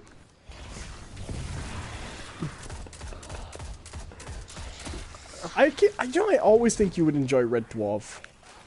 Because when that show's at its best, it is just the same plots as Star Trek, but ultimately played for laughs, right? Like, with the funny sides played up rather than the serious ones. It's actually a really good show. I mean, and the really bad thing too it's is that this one. they make some decisions with the show that are so classic, like bad sitcom tropes that it's just. Can I just say I'm a little pleased to hear this? You know what I haven't seen? You know what I haven't seen in a long time that they brought back for the show? Casual racism? Truly, pretty much, there's truly a token black character. Oh god. It's like his first. I mean, I get that they're trying to be a little goofy with some of like the characters. And like when he first shows up, he's like, "Oh yeah, I'm the helmsman. Is it cool if we have soda on the bridge, And he's like, yeah, I guess, as long as you don't spill it on anything. Sweet. Like, that's my dog. It's like, what the fuck? So I'm kind of Like, glad so you're what- telling me this, because here's the thing. I don't talk about this too much, because this is the kind of thing that still hasn't found as much mainstream acceptance as I'd like, but I am a huge Star Trek fan. You know what I mean? I'm like, Right. I love Star Trek. And there isn't a Star Trek season I don't know. Like, recently I was giddy with joy to find out that, in the UK at least, Star Trek Voyager is the most rewatched Star Trek season on Netflix. Oh, okay, It's the one most people have actually watched and watched over and over again. And I'm glad, because I've always defended Voyager, and I think it kind of speaks to what I've always said, which is Star Trek Voyager's biggest problem was it came at a time people were bored of Star Trek. Because we just had three shows running back to back, and then a fourth with Enterprise. And I think that's kind of true of Enterprise too, but I think Voyager's is okay. I am really looking forward to Star Trek Discovery. I'm genuinely really looking forward to it. I've heard mixed things about the production behind the scenes, but I like Star Trek. I like Brian Fuller. A lot of people who remember Brian Fuller from Hannibal and Pushing Daisies and things like that don't realize that he actually did write for Voyager and Deep Space Nine for a long time. He was a Star Trek writer from the original show. Right. Whereas there are no Star Trek writers from the original show worked on the Abrams movies, And but it looks like it's going to combine the Abrams movies. It's not officially part of that universe, but it's going to combine the Abrams movies with some classic Star Trek writers and modern TV sensibilities, in that it's going to be more serialized, right? That's great to me. Right. When that trailer for the Orville came out, I looked at it and it was kind of funny, But so many times, but it looked like everything else Seth MacFarlane did. It looked like 1,000 Ways to Die in the West and things like that, you know? It just looked the same as all that. And yet, every day when that trailer came out, I'd look on Twitter, people saying, why do I think the Orville looks so much better than Discovery? How many people think the Orville is going to be better than Discovery? You know what? I don't, and I never did. I thought it was going to be funny. But not... You know, and here's the thing. I think... Honestly, here's my impression of it. And this isn't actually a knock on Seth MacFarlane at all. I think it's actually kind of a compliment. He clearly really, really likes Star Trek. Right. And he wanted to make a Star Trek show. But I don't think that anyone would ever let him do a serious be show? a part. Well, let him, you know, direct an episode of Discovery or anything like that, or be a part of that production because of, you know, his other shows and everything he's done before that. So he had to come up with this way of Where is letting he? people... Is he just I don't know. not He in at the moment? disappears for a while. Yeah. He disappears for a while until everything's dead. It doesn't help that there already was a really, really great Star Trek parody movie that people still remember in Galaxy Quest. Yeah, and it's funny because like a fish on the official rankings, it's actually listed as like something like the 8th best Star Trek movie. Right, it's a great like movie. as voted on by like the conventions. Right, and not only that, because it's for conventioners as well. Like that movie is for fans, totally. Yes. This, which is why it didn't do that well with general audiences, I think. Because it was a bit of a flop, Galaxy Quest, wasn't it? It wasn't a huge hit. I seem to remember. I don't know. I really don't know. The Orville literally feels like they made Star Trek, but then in order to, you know, get the green light on it, they had to say it was a comedy. Had to just like almost artificially insert jokes. Wouldn't it be great if that's exactly how it had gone? And they brought it back and be like, right, we got our new show. And they were like, oh, Seth, we thought you were making... thought you were making a comedy. And they just sent him back to refilm it. And on set just day after day, he's like, oh, that's my baby being carved up a little bit further. I wonder if there's a sense that these days there isn't really room, aside from Star Trek, unless you're gonna parody it, there isn't room for that. Like... Right, because I mean, they tried, you know, that's the thing. Like, other people have tried to have a Star Trek show while Star Trek was around. You know, Babylon 5. Can I say, I hate Babylon 5. Andromeda. I've tried to like it. I can't get into that show at all. I honestly feel like, System congestion has cleared. if you're the guy who's like, oh, I really like Babylon 5, you're the guy who's like, You should be. We've wiped your engineering deck like, clean. I think Val Kilmer's Batman was the best, you know? I just You're that installed guy. Linux. Right, yeah, you're the Linux of Star fan. You know, you got Star Wars, you got Star Trek, and then you got those assholes who are like, oh, you know, The only Babylon 5 one... has some compelling stories. The only one I ever remember that seemed to catch on with normal people was Farscape, which totally passed me by, to be honest. I liked Farscape for a while. And then, I don't know, it got kind of stupid. Well, the problem is Star Trek's got the best setup as well. Like, you've got the Federation. Like, the problem is, how do you add a race to the pantheon of spacefaring races and have it not be a ripoff of a Star Trek race as well? There aren't that many left to do. I say ripoff, you know what I mean? That's why all the ones that come up with different versions have to have some difference. Well, okay, so I'll give you a concrete example of what I'm talking about with the Orville. So it's towards the end of the first episode, and they're face to face with an enemy ship they're overpowered, everything like that. Everything's failing, you know, and they kind of have to pull off this gambit to succeed and survive. And to do it, they have to stall the enemy. So Seth MacFarlane's character, and I think her name is Adrienne Palicki, they hail the enemy. They get on, and to stall them, they basically start to bring up all the issues that they had with their marriage that led to them being divorced.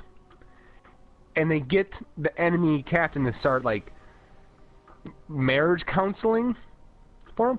And for a brief moment, it's like, okay, well, this is kind of funny. And then they drop it. They drop it immediately, where the enemy captain's like, oh, this is stupid, and starts firing on them again.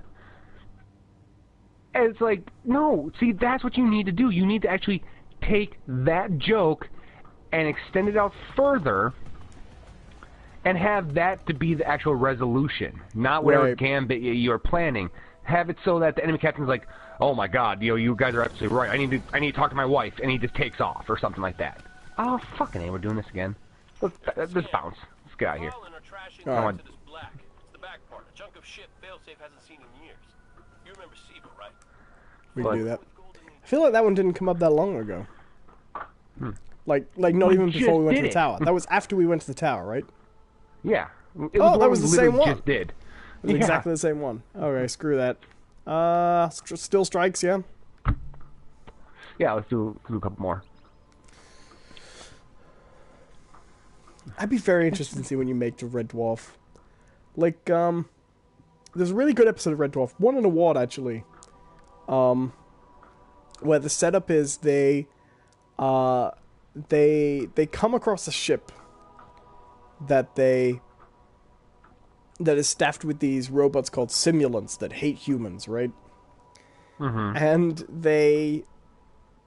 they try to pass themselves off as having no humans on board, which they do in this really goofy way by getting, there's a robot character called Crichton. They get him to remove his eyes and they stick him to their chin and have him film them upside down to pretend they're a race of like chin people. So it's just the chins with an eyeball on. It's a goofy joke, but the simulants infect them with this virus that's gonna send their ship piloting into a sun. And Crichton decides that what he needs to do is, to defeat this virus, he needs to interface with the ship's computer and kind of send his brain into the ship and concoct an antidote to this virus. But they realize that it's not working and he's failing, and they hook up a monitor to watch his dreams.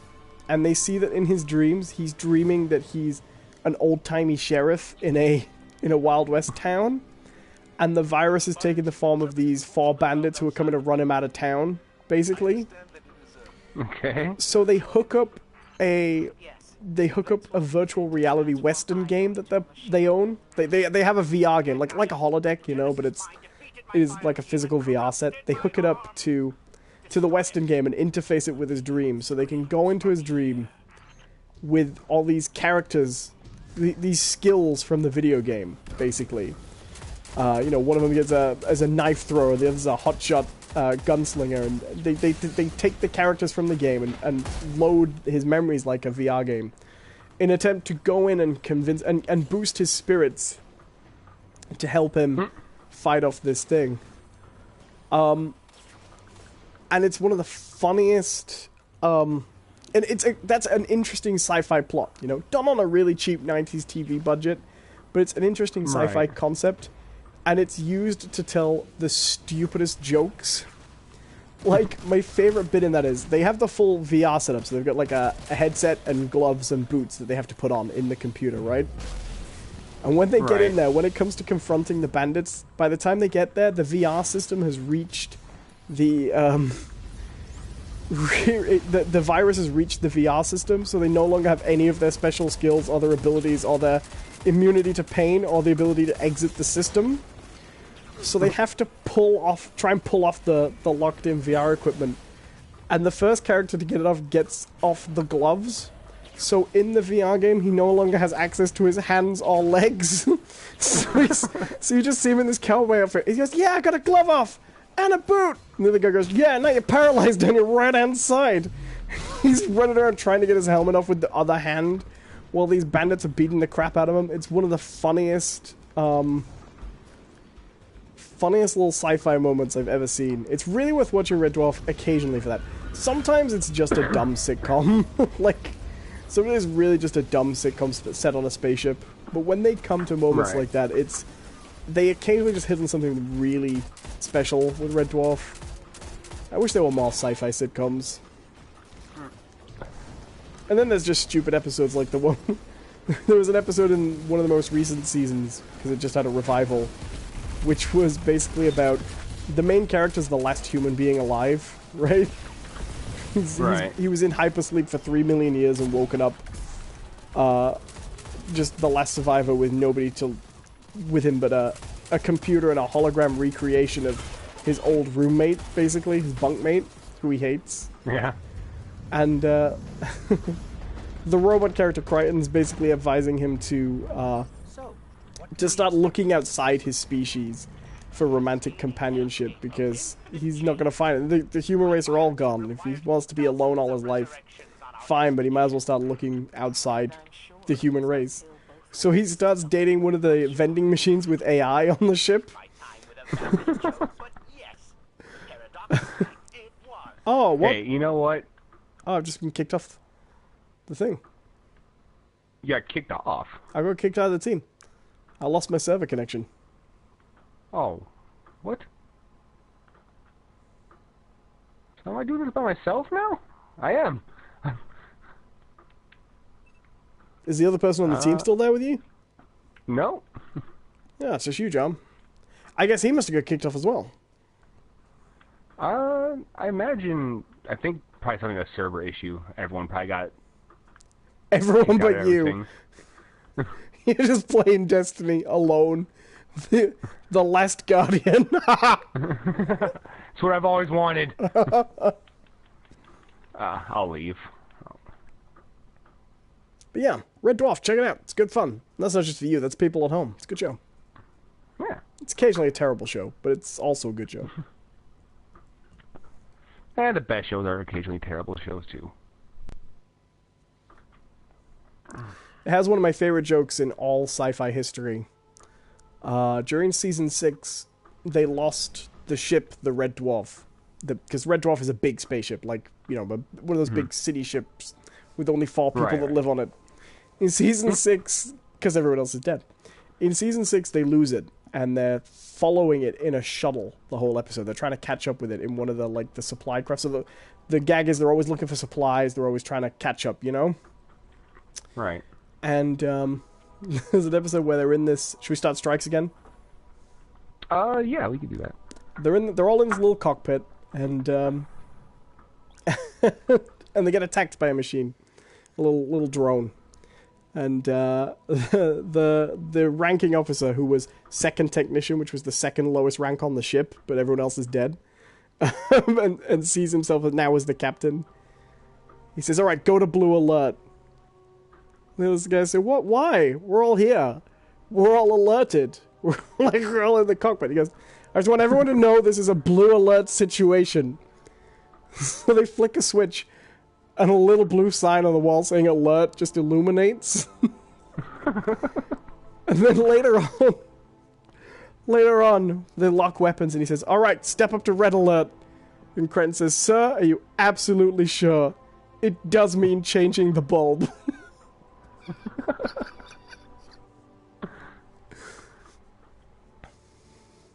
There you go. I've relayed a Red Dwarf to you. No. If Orville had more jokes like that in it, I'd be on board. Way more on board. I mean, it's only 2 episodes, so, you know, maybe it's a case where it hasn't caught its stride yet, you know, or, you know, the first couple episodes are, you know, spent trying to establish more about the world and not so much like about funnies. What I'd like is something like Scrubs, which Yeah. at times is very funny, but the plots were still good. Mm-hmm. But there isn't really any shows like Scrubs. I know you said like Brooklyn Nine-Nine, and I agree, that's probably the closest one. And I don't think Brooklyn Nine-Nine is Scrubs good either, but it's pretty good. Brooklyn Nine-Nine's pretty solid of the show. Oh, it's a good show. Don't get me wrong, I'm not saying it's a bad show by any stretch. I just think Scrubs at its best is incredibly good. You know? I miss Scrubs. Me too. I'll be honest, like, I know everyone was down on that last season, and it was such a I strange liked that last season. adjustment. Right, like, by the time... The real sad thing with that season is it ended by the time you were getting to know everybody and like it. You know what I mean? Mm-hmm. I don't think that last season was a problem.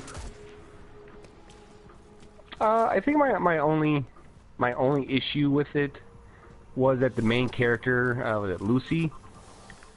Right. They tried really hard to make her a JD character, but not Yeah. like JD from the beginning of the show or his arc.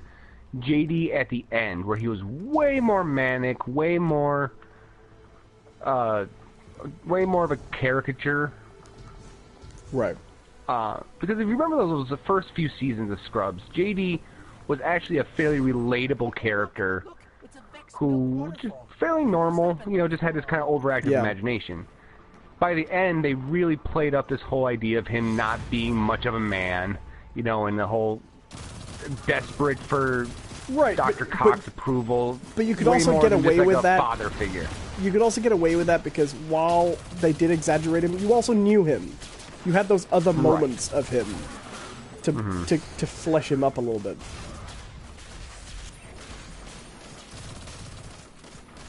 The only thing that grates on me about Scrubs is it is one of those shows where characters learn the same lessons over and over again. Like, oh, this week it's going to be about Carla learning to not be such an interfering person.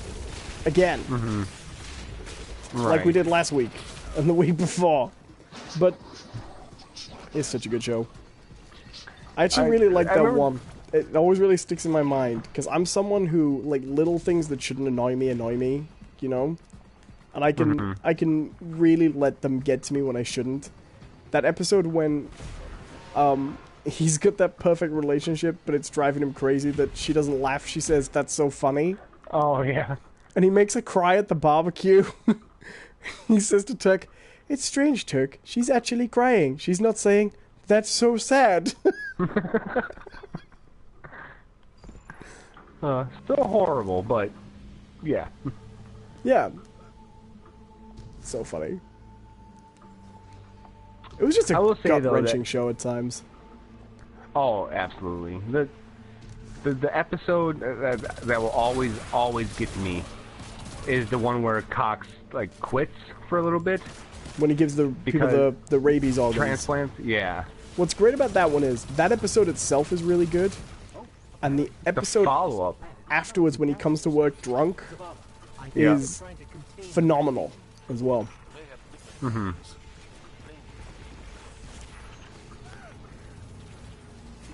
Right, because that episode where the follow-up where he shows up drunk or whatever.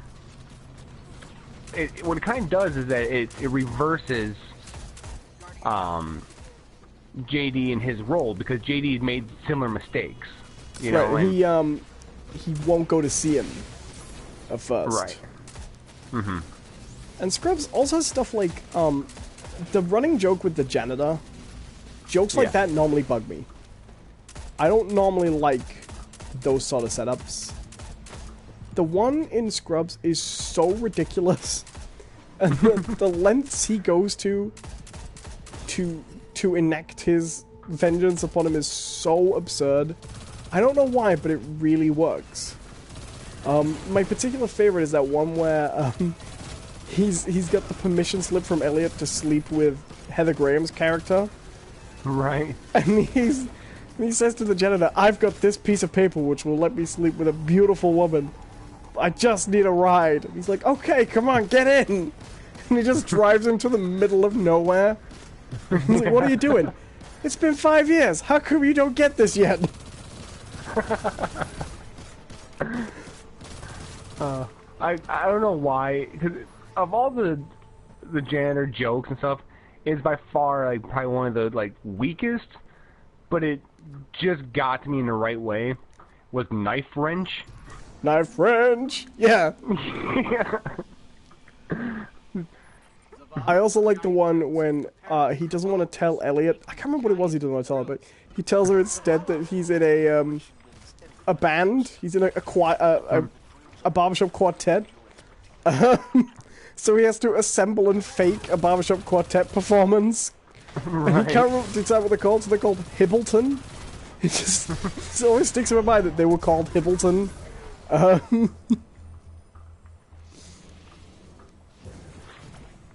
We're doing this by ourselves, by the way.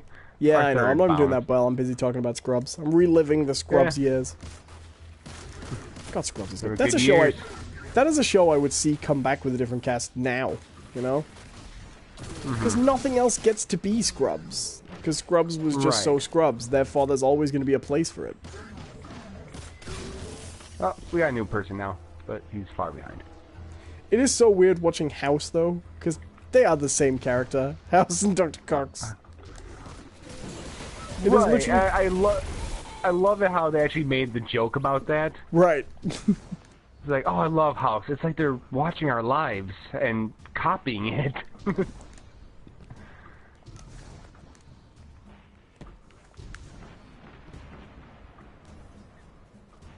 I think the thing I find so relatable about Scrubs, like, I'm used to being the guy who has the sense of humor that other people just look at and go, you're a fucking idiot. You know? Right. I do it constantly. Right, but I like those kind of jokes that literally they make me laugh. It really doesn't matter to me if they make other people laugh or not. I love the running joke. I can't remember what season it is, but there's that running joke that JD's writing a screenplay about a vampire doctor called Dr. Acula. Oh, yeah. And things like the way JD and Turk have that totally unashamedly love for really terrible sitcoms. Right. And it all comes to a head when they meet the creator of Cheers. Yeah. Who I don't think was actually played by the creator of Cheers. I think it was just an actor playing the creator of Cheers. Which is a weird choice, really. And they have that episode where they kill him at the end. It becomes like a comedy. Yeah, I wonder if the actual creator of Cheers was aware of that. It's like, do you mind if we kill you in a show? It won't be you. He's getting on and he has he's a little senile. He's just flipping through the TV, watching. And all of a sudden there's a plot all about his own death. That could really fuck with someone's head. Yeah.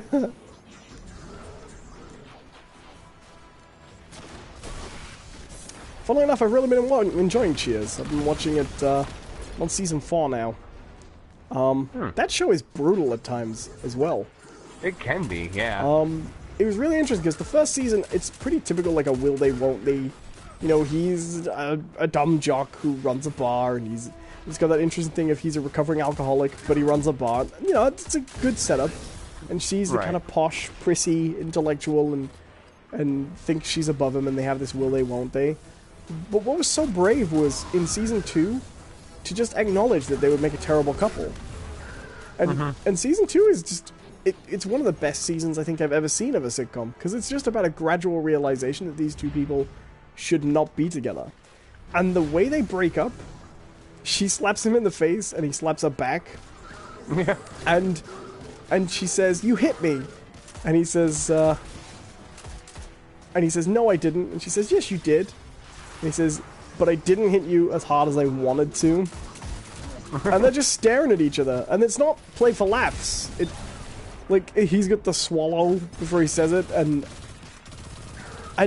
it's one of the most brutally, like, you wouldn't get it in a sitcom today, certainly. No. And I think people would, maybe didn't take it even as seriously then as they should have, but they have one of the most brutally painful, unpleasant breakups I've ever seen on TV. Made all the more heartbreaking due to the fact that the entire season 1 and the first half of season 2 is mostly played for laughs, and like, oh, wouldn't they be a sweet couple? And then when they get together, they're horrible together. And they make each other miserable. And season 3 is all about how they deal with the fact that people think they should get back together, but they just know they make each other miserable, you know? Right. It's kind of crazy. You don't get that will they won't. Like, there's definitely, like, a lot of modeling in there for, Ross and Rachel, you know? Right. But they didn't... that always kind of annoyed me about Friends. Is that they were so wishy-washy about that. Yeah. That it was like, you know what, just fucking stick to something, right? Because you guys realize you fucked up when you had them actually get together so early in the show. Like... Friends does some you really weird lost things. all the Because Ross is actually one of the most unpleasant people in the world. He does some really repulsive things. Like she's not always likable, and she does, but she's upfront when she does things that are not good for. Do you know what I mean? She's not duplicitous. You know what I mean? Mm-hmm. My biggest issue with Friends is they want it to have long-term ramifications for the actions. But Ross does things that if I knew people who did that, I would cut off ties, even if they did that to people I know. Do you know what I mean? Right. Like when he doesn't get the divorce and tells her that they've got it. Like yeah. And they do play that quite seriously for a bit, but that's the kind of thing that there's no coming back from, even on a sitcom. Do you know what I mean? And it's the thing where you either have to play it completely for laughs, or it has to be more serious than they played it, but they always try to go down the middle. I have a real tough thing with Friends, because I'd seen bits of it, but I never really watched it. And I watched it through with my girlfriend. I always refer to Beth, everybody knows her name, but I watched it through with Beth, and I was really surprised because season 1 of that show is amazing. Like, that show might have one of the strongest first seasons for a sitcom I've ever seen. It's incredible. And then it's literally never as good again. And I found that in itself kind of heartbreaking, because I kept watching it through expecting it to maybe one day pick up there. And yet, it's so strange because season 1 is everything sitcoms normally aren't. And season 2 and onwards is everything they always are, you know? Right. It was a real shame. Sorry, I've been talking a little bit too much. No, it's fine. Like, the issue with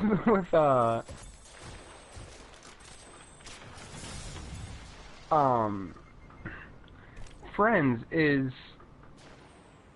these are some of the worst people.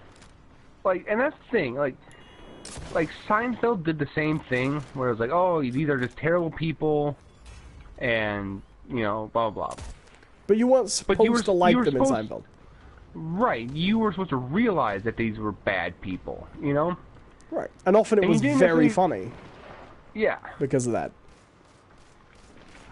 Friends, though, they play it up as that you're supposed to really like these characters, and just be blind to some of the just really nasty things that they do, you know? And the one that's the most normal, I think, is Chandler. Is the one that constantly gets criticized for being the heartless, misanthropic one. Right. And he's the one who seems to be the most well-adjusted, despite the fact that he's sarcastic. Like, when I rewatched it, because I'd seen a few, like, you could not get away from Friends when we were kids. Everyone's seen some of it. I was surprised how different the Phoebe character is to how I remember her.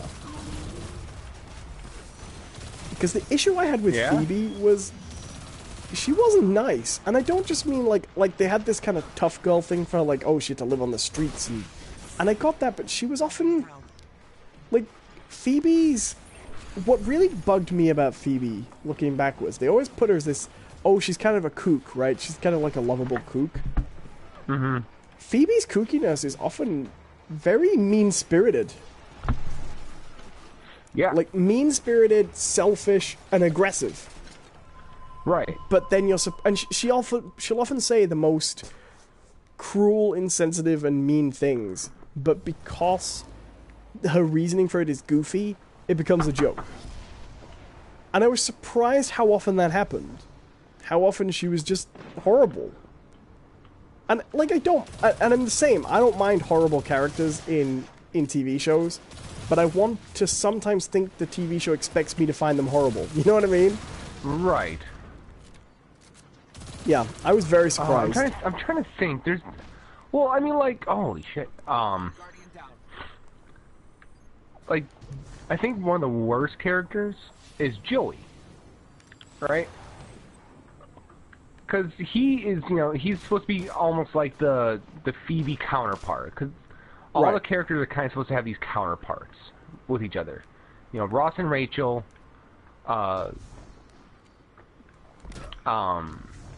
Chandler and Monica. You know, and granted, both of them became romantic couples, but they kind of are similar, right? Right. You know, they're both kind of neurotic characters, whereas, you know, Ross and Rachel are both very, like, passionate characters. Right. And then, you know, Joey and Phoebe are supposed to be kind of like these silly, stupid characters. Right. Right? But the problem is Joey's also that, you know, womanizer. And really unashamed about it. And it's not even so much that, oh, he sleeps around. They don't play that up. What often they do, they play up the length, or not the length that he goes through, but they contextualize it. You know, it's not just, oh, he sleeps around. They'll say stuff like, they'll have a scene with him, like, you know, forgetting someone's name. You know, oh my god. Well, there's that whole episode where he gets to the house and realizes that he slept with someone in that house. He thinks that he slept with a woman and he forgot, but it turns out he slept with a roommate. Right. Remember that one? And, yes. Was it quite like that? I thought it was a little bit. It's something like that. Yeah. Oh, 1 second. I gotta go grab something real quick. Cool. Curious Let's show. get through this fucking drill. I'm not having a good time with the drill tonight. How you guys doing? John's gonna go for now. I'm gonna pick up the show for a little bit. We're talking about Friends. It's good as a... I always get killed by this stupid drill, which is incredibly annoying. I'm gonna try not to get killed by the stupid drill today. All by the enemies underneath the drill. The little boys that lurk beneath the drill. Yeah, terrible. Other than that, how you guys doing? Doing a good time. I'm podcasting alone right now. I'm back. Welcome back, how you doing? I'm dead. Alright. I'm so sick of that stupid drill. I'm not with it tonight. This damn drill.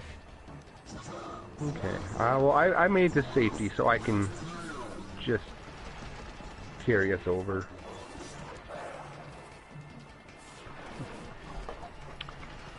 Oh, this is not good television. Or anything. So yeah, Joey. Yeah, and then like this whole, like, I guess, especially when he becomes an actual successful actor, it gets like even worse, because then he just uses it. He uses his status as being a successful actor to continue on the philandering, and it's really like there's an episode, right, where they really play this up, and yes, it's supposed to be kind of a what if episode, where it's like, what if all the characters made these like different decisions. And in the premise, though, is that, you know, Joey was a successful actor much sooner than he actually was, and Chandler decided not to take the job that he did, but instead tried to become a cartoonist like he wanted to. And Rachel, oh shit, I'm gonna die. You know, Rachel actually got married in that first episode and not ran away. Yeah. I remember that one. And yeah, and so one of the setups though is Rachel has a love obsession with Joey's character, from the soap opera that he's on,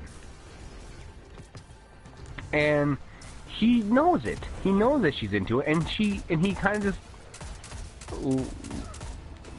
like lets her like fall in love with him because he's Drake Ramore or whatever.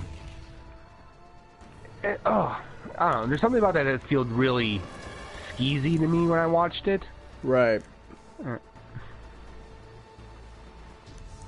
I guess it's the same with a lot of sitcoms. Sitcoms often seem to be the genre of TV that ages the worst in terms of like social values. Mm-hmm. Well, I mean, that's to be expected. You know, they are products of their time. Yeah, more so than many, many other things. Right. Because humor is often so related to what our lives are like right now, Mm-hmm. you know? Right. Can I say I hate this boss? It's the So worst do I. boss in the Strikes. Oh shit, I'm down.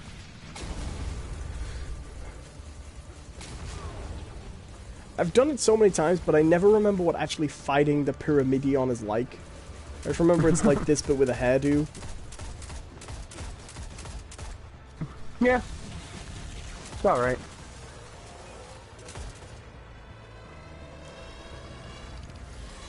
Don't try to revive him now. Ugh, just leave him. You weren't gonna get to him. Thanks. He wasn't gonna get to you, was he? He wasn't gonna save the day. No.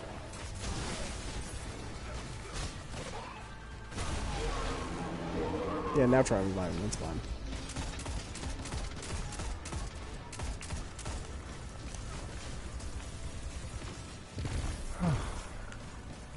Well, unfortunately, it looks like we still don't have anyone in the chat, which is a damn shame.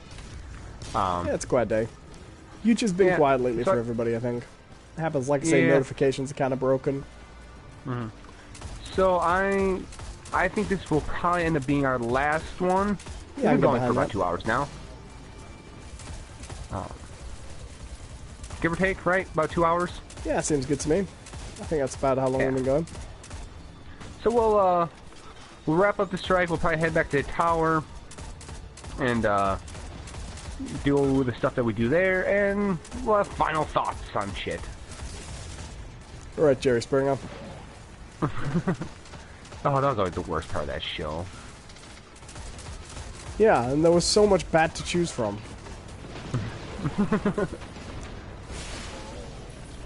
Like, can you imagine, like, imagine that you are the personified Jerry Springer's final thoughts and someone tells you you're the worst part of that show. How would you feel? You know? Like, really? It's like being the worst Nazi.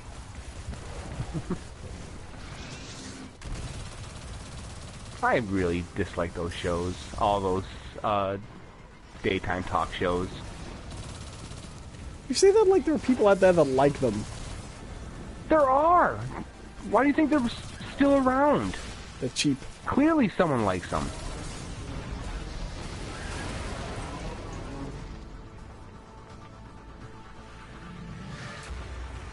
I think I've just gotten to the point in my Give life... me a legendary, you son of a bitch chest. Oh, come on. I got Ingrams.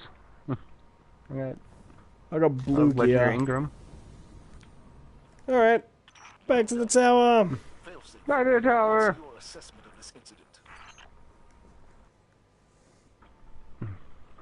You want to finish us up then, while we're doing tower stuff? See us out? Yeah, I well, don't really have any yeah, final well, thoughts. I don't know. I guess I do. If you guys get a chance, I would really, really suggest checking out Westworld so far. You know, it's definitely in the same sort of vein as a Game of Thrones sort of show. There's a ton of production put into it. So much polish. There's really amazing stuff going on, but in a way that, like, Game of Thrones, the big deal it was that it's kind of turning the fantasy genre on its ear, right? It's, you know, it's showing almost a more realistic take on what a medieval fantasy world would kind of look like. Right. Real ugly, real grim, dark, bloody. No one's safe. Anyone can die at any moment. It's a real, you know, Machiavellian take on the medieval fantasy genre. This Westworld is a much more of a thinking kind of show. The thing that they're showing, while still being, you know, pleasing to the eye, you know, for sake of entertainment purposes, but there's a layer underneath it that forces you to really think about what's actually happening in front of you, more so than just sitting back and being entertained. And I think, you know, and there's room in the world for both kind of shows. Shows that are just entertaining to watch and engaging by their own sake, and television shows or movies or whatever that are entertaining because they force you to look at things differently. Right. Like a new ship. You know, even bringing it around further to our other topic today, one of our other topics, it's very much the difference between Star Wars and Star Trek, right? Right. Both are great. Both are amazing. Star Wars, though, is very much of a visceral enjoyment. You know, it's laser swords, it's blasters, it's you know, cocky pilots and ships flying around each other and all that fun stuff. Star Trek, though, is a much more I don't think intellectual, because it could be really fucking dumb sometimes. But Star Trek requires a sort of engagement that goes beyond your eyes. Right. Yeah, I can get behind that. Mm-hmm. So that's pretty much all I got to say. And if Owen is tapped, then we will call this the show. Yeah, I'm pretty much done myself. Yeah, thank you for watching. We have some viewers for a while, and I appreciate them as always. If you are listening to this, though, on archive, just know that we do this every week, Monday, 3:30 p.m. And we love interaction. We love having people in here talking with us, and it really helps us put on a better show. The more people we have. So, please like and subscribe to the channel. Help us grow. Tune in to some shows. If you're listening to the archive, feel free to comment below anyways, and we will still actually talk with you through replies and things. Yes, indeed. Yeah, if you haven't yet, share the show with your friends. Just one person. That's all it takes. Just takes one person go, hey, you're not doing nothing? Check these fuckers out. This is the needy outro today. Yeah, this is the pleading for viewership section. This is our selling out and shilling for views. Please watch our shit. I can get behind that. Yeah. So I'm the one who did it. You know, you didn't really participate. Yeah, that's pretty much what I can get behind. Yeah, I'm okay with it.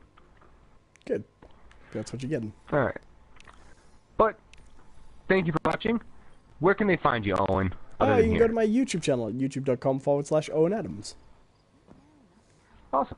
And you can check me out on my personal blog, which is johncperson.wordpress.com. You can follow me on Twitter, which is @johncperson. I'm just gonna mention that was johncperson.wordpress.com and @johncperson, because John's audio breaks up a little bit when we're in the tower. Oh, sorry. And why don't you tell them where they can find the show then on Twitter you can get it on Twitter by going to @NotBiscuits. You can get it on YouTube by going to NotBiscuits, searching for that. Or if you are familiar with my channel, check the videos in the description below. There's always a link below them. And what else? Well, we have the Destiny Clan. And the Destiny Clan, yes. You can join my Discord server or check the link below. I'll try and remember to add one. Or search for Those Aren't Biscuits. It's a good show. Yeah. All right. Thank you all for watching, and tune in next time. Have a good one.